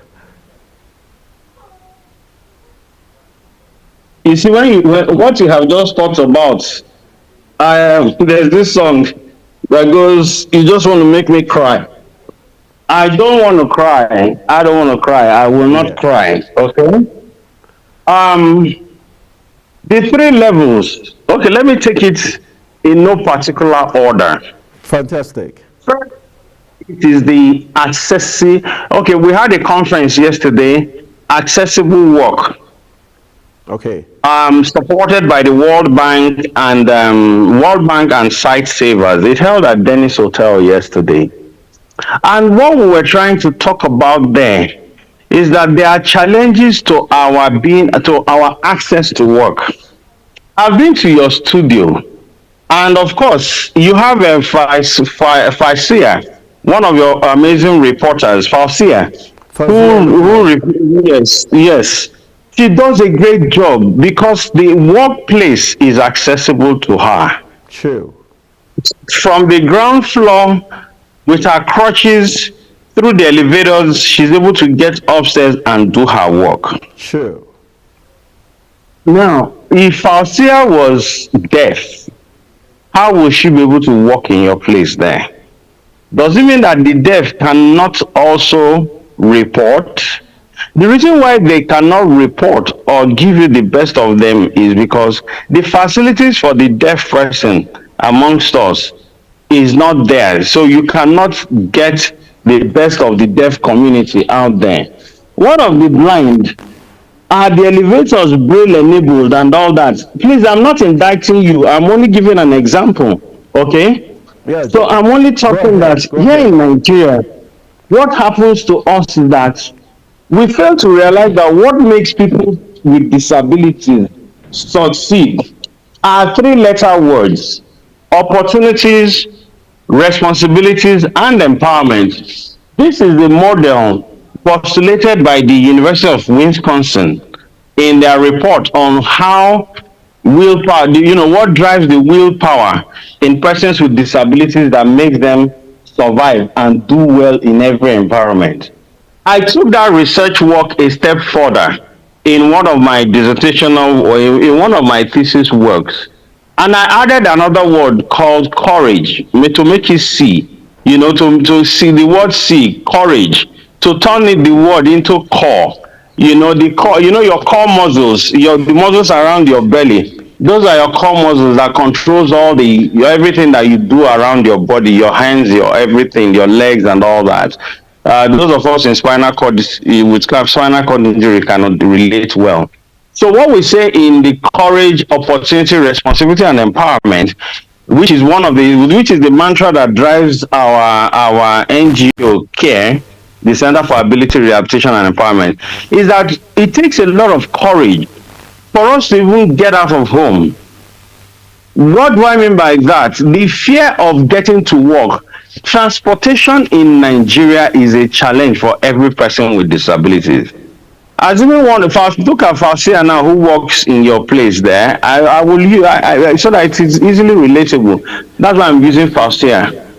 The challenges she goes through to get to work with her crutches, she cannot rush and she cannot run along with others to take the big transportational buses. So she probably has to go with Uber. I don't want to give anybody free publicity. So she has to book a ride to and fro work. In Nigeria today, booking rides to and fro from work is an average of 10,000 naira per day for her. Give and take. Well, okay, maybe she's coming. Let's make it more realistic. 7,000 naira a day. But I tell you, 10,000 is about her cost.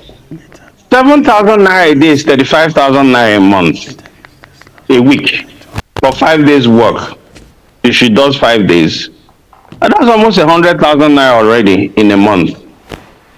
Over 100,000, 4 weeks, that's 140,000 naira. How much is the salary she's being paid? I hope that you're relating with me. Yes. So transportation is one challenge.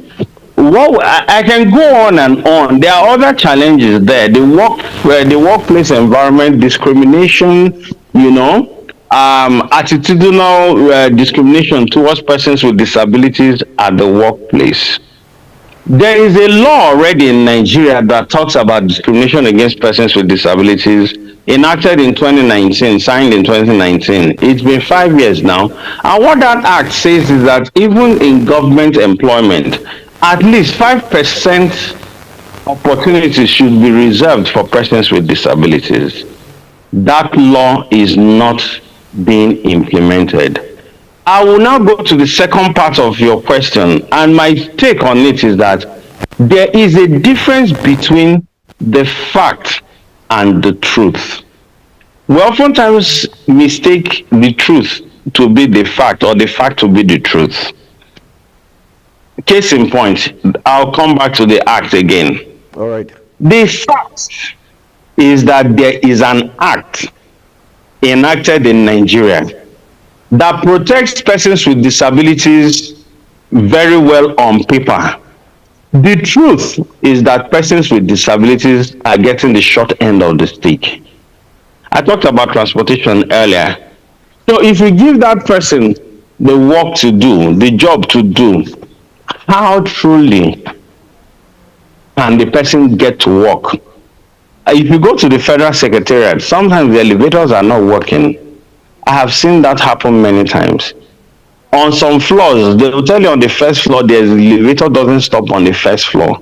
You have totally taken me that I'm on a wheelchair out of accessing the first floor at the Federal Secretariat in some buildings. In some buildings, the elevators don't work at all. So the truth, the fact again remains that the act is there to protect me, that to give me access into the Federal Secretariat, which is a public building. The truth is that the act itself is not being implemented. And then, which brings me to the other part, the third part of your question, which I will answer with what I said earlier in the book of 1 Timothy. Sorry, I'm being pastoral this morning, but I'm sure that somewhere in the Quran too, there's a correlation between work and wage, I think the verse you're talking about is 518. Yes, it's 518. Yeah. There's a correlation between work and wage. And if you look at the reality today in Nigeria, even the able-bodied people. Sorry, are you there? Yes, I can hear you. Even the able-bodied ones are not getting the just end of their of the stick, their wages. I read Edo State has increased wage to 70,000. I don't know what labor and government have agreed to do, but I hear it's in the neighborhood of 100,000. Subsidy removal and all that. Have we not been going round in circles like a dog trying to bite its tail? We have been deceived, and government keeps deceiving us year in, year out. Remember, 10 years ago, because Nigeria has amnesia. We choose to have amnesia, selective amnesia. In 2014, how much was the dollar? In fact, okay, in 2019, 8 years ago, or 9 years ago, how much was the dollar to a naira? It was in the neighborhood of 160,000 naira. 160 naira to a dollar. Worst case scenario, 200. Today, the dollar is about 1,400. You keep devaluing the naira and printing naira and doing that to pay workers. When the workers, Adams Oshiomhole said, and we all know his story, Adams Oshiomhole is from Edo State. He migrated just like my own forefathers too, to Kano, to the north. I think he started the railway work in Kano or Kaduna or somewhere in the textiles. My own great-grandparents, my grandfather and my father, they migrated to the north because of work, because there were industries there. My grandfather was a worker in the railway. My father worked in Berwick Batteries and John Holt and all that, because these industries were producing. Today, we don't have industries that are producing. The reason why they are not producing is not far-fetched. It's not about the naira and the dollar. It's about the basic things. There is no electricity. How come in a country called Nigeria, the public refineries are not refining, and you are looking and waiting on Dangote, a private sector refiner, to give me my country's daily capacity for petrol? And every day it's a fuel. I mean, we said this same government says it's in 2012 when they protested, 2011, the current president said, and I quote, that including his predecessor, they all stood in the podium, had rallies, and said subsidy was a fraud, it was a scam, it was this, it was that. Why are we still talking about subsidy today? So you can see that in the past 9 years, government has orchestrated poverty and used poverty, weaponized poverty to keep the poor poorer. Because if you give them 100,000 naira today, even if you pay the worker 1 million naira today, inflation will set in. When the mathematics of the dollar going up and down, Binance and whatever Nance and all the Nances that they were trying to control, to take charge of the black market and control them and all that. Yes, we saw a reduction in the price of dollar, but it was based on nothing. The foundation of it is that we are not a production company. We are a consumption company. Okay, okay, not to cut you short, but let's now go to the issue of the workers now themselves. What should be the expectations from the federal government? We know that the federal government expects the worker to be diligent, to be committed, and to be productive. But on the part of the workers, what should be the expectations going forward, especially with all the challenges you've mentioned, the electricity tariff, the fuel scarcity, the inflation that has, befalling Nigerian workers? What should be the expectations going forward? Is the current APC government worth trusting, especially with the fact that the Commission for People with Disability has been up and running currently? Do we see a bright future? Okay, politics is over. It's time for governance. I want to give President Bola Tinubu a chance. And I'll say this publicly. Nigeria needs a strong leader. Somebody who can confront the demons and try as much as possible to take the bull by the horns in decision making. So Nigeria needs a bold leader who can, like I said earlier, hold the bull by the horns. And that is what Bola Tinubu has demonstrated in some of his policies. But you see, there's a wide gulf between policies and politics. Again, they are two different things. Because I found out in Nigeria that politics has a way of polluting policy. And when the two get so mixed up, they now use the phrase, euphemism, that they want to be politically correct. When Bola Tinubu announced that subsidy was gone, it was a good policy statement. But the politics of it have come in. What were the preparations for removing that subsidy? And we persons with disabilities are the worst hit when it comes to this policy of this administration. Because when you took out subsidy, transportation jumped up. The guy who is blind needs a guide to move around with. I am a person on a wheelchair. I need a person to move with me. I cannot board the normal public buses in Abuja and in many states in Nigeria. Perhaps only Lagos has I give it to Lagos State, they have a few buses that are disability friendly. But even at that, it costs money to book a ride. The deaf cannot even hear the bus stops as you are calling them, because the buses themselves they don't come with electronic devices that can make the deaf read on the screen and understand where they are traveling to. They have to if they have to book rides, how do they even communicate with the driver? It's a huge challenge. What of the blind? Even the albino. Can an albino stay in the sun, even with an umbrella? Because they do not have to stay in the sun for too long.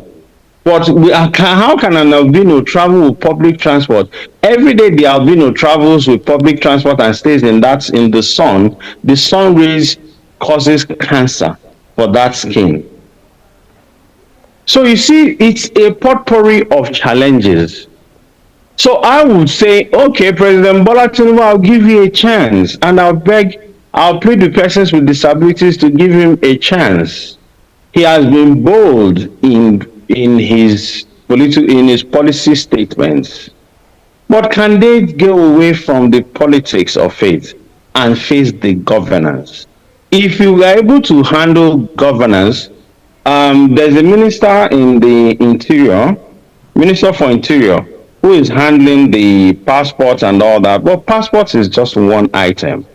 Even at the passport handling level, those of us who are close and live in diaspora, so a part of me lives in diaspora, it is not what he says it is. And I'll tell you one peculiar, I hope they are listening. When you say people in diaspora can do their biometrics from home, can I tell you that there are Nigerians, I have seen, I know, there are Nigerians who live abroad, who have Nigerian passports, they have never been to Nigeria. They paid somebody somewhere to give them Nigerian passports. Some Nigerians, some females who are married to Nigerians, or males who are married to Nigerians, use different ways to obtain Nigerian passports.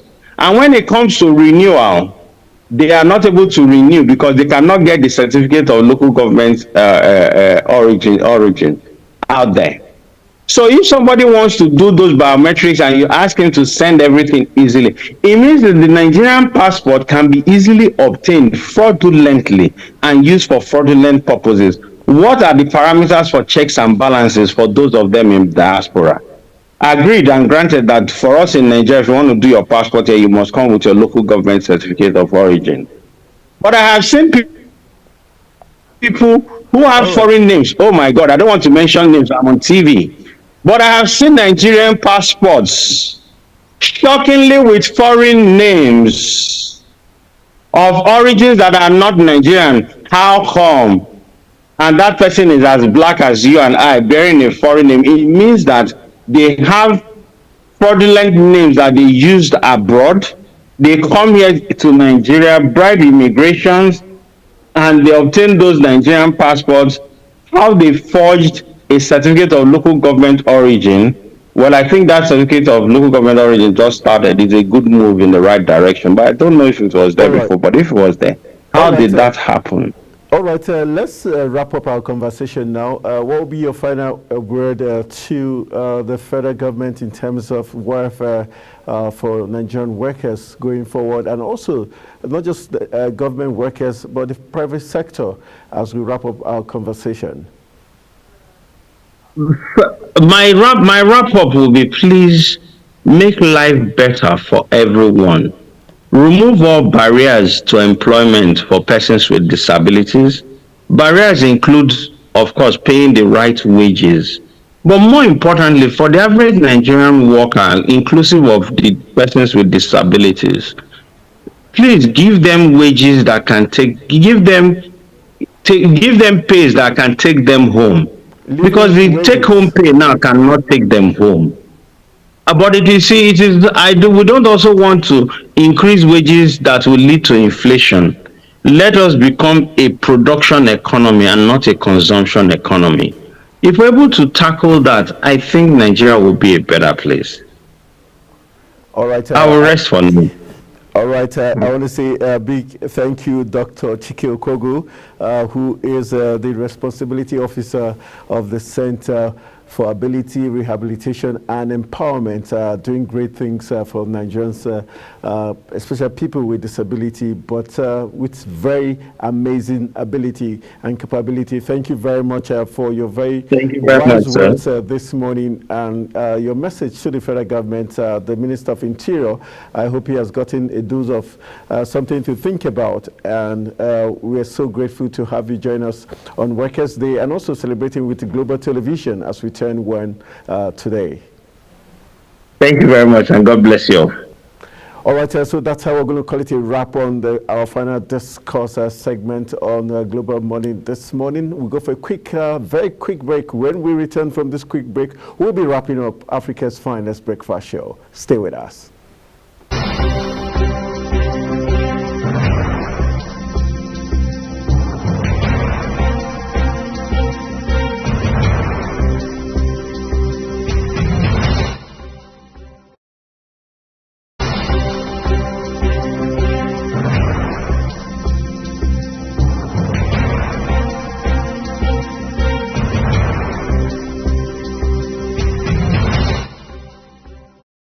This is where we call it a wrap on Africa's Finest Breakfast Show. We want to say thank you for joining us on this very special day, the 1st of May, 2024, as our Global Television turns one. Special thank you to the MD CEO of Global Television, Ibrahim Biu, and the rest of the team for making Global truly an amazing and Africa's finest. And I want to say thank you to our guest that joined us this morning, Mark Amaza from Yaga Africa, for his very highlight as regards the recent report released, and also Dr. Chike Okogu for joining us this morning. Not forgetting Ahazia Suleiman, former Director of News Voice of Nigeria, for helping us look at what the papers said this morning on the paper review segment. On behalf of my colleague Jumain Mantin and myself, I want to say thank you for always being part of Africa's Finest Breakfast Show, and thank you for celebrating our one-year anniversary today as we celebrate alongside Nigerian workers. May 1st is definitely a very special day. My name is Anthony Momodu, saying thank you for being part of Africa's Finest. Good morning. Welcome to Global Morning. The death toll from flooding. Most time our politicians just bring in policies too, for sure. Incidentally, we have several more stories. The legislature was carefully crafted to 22.2% inflation rates as of April this year. What does that say about where we are as a country? I think Nigeria has resorted to being resilient. Before you call the police station, before they even leave, they'll take permission from I don't think there's really anything on ground to improve. The struggle as to strike. You have done your work, you have put us to the wall. We are not the slaves. I'm not a small boy. You should have given me the report. I have not seen the report.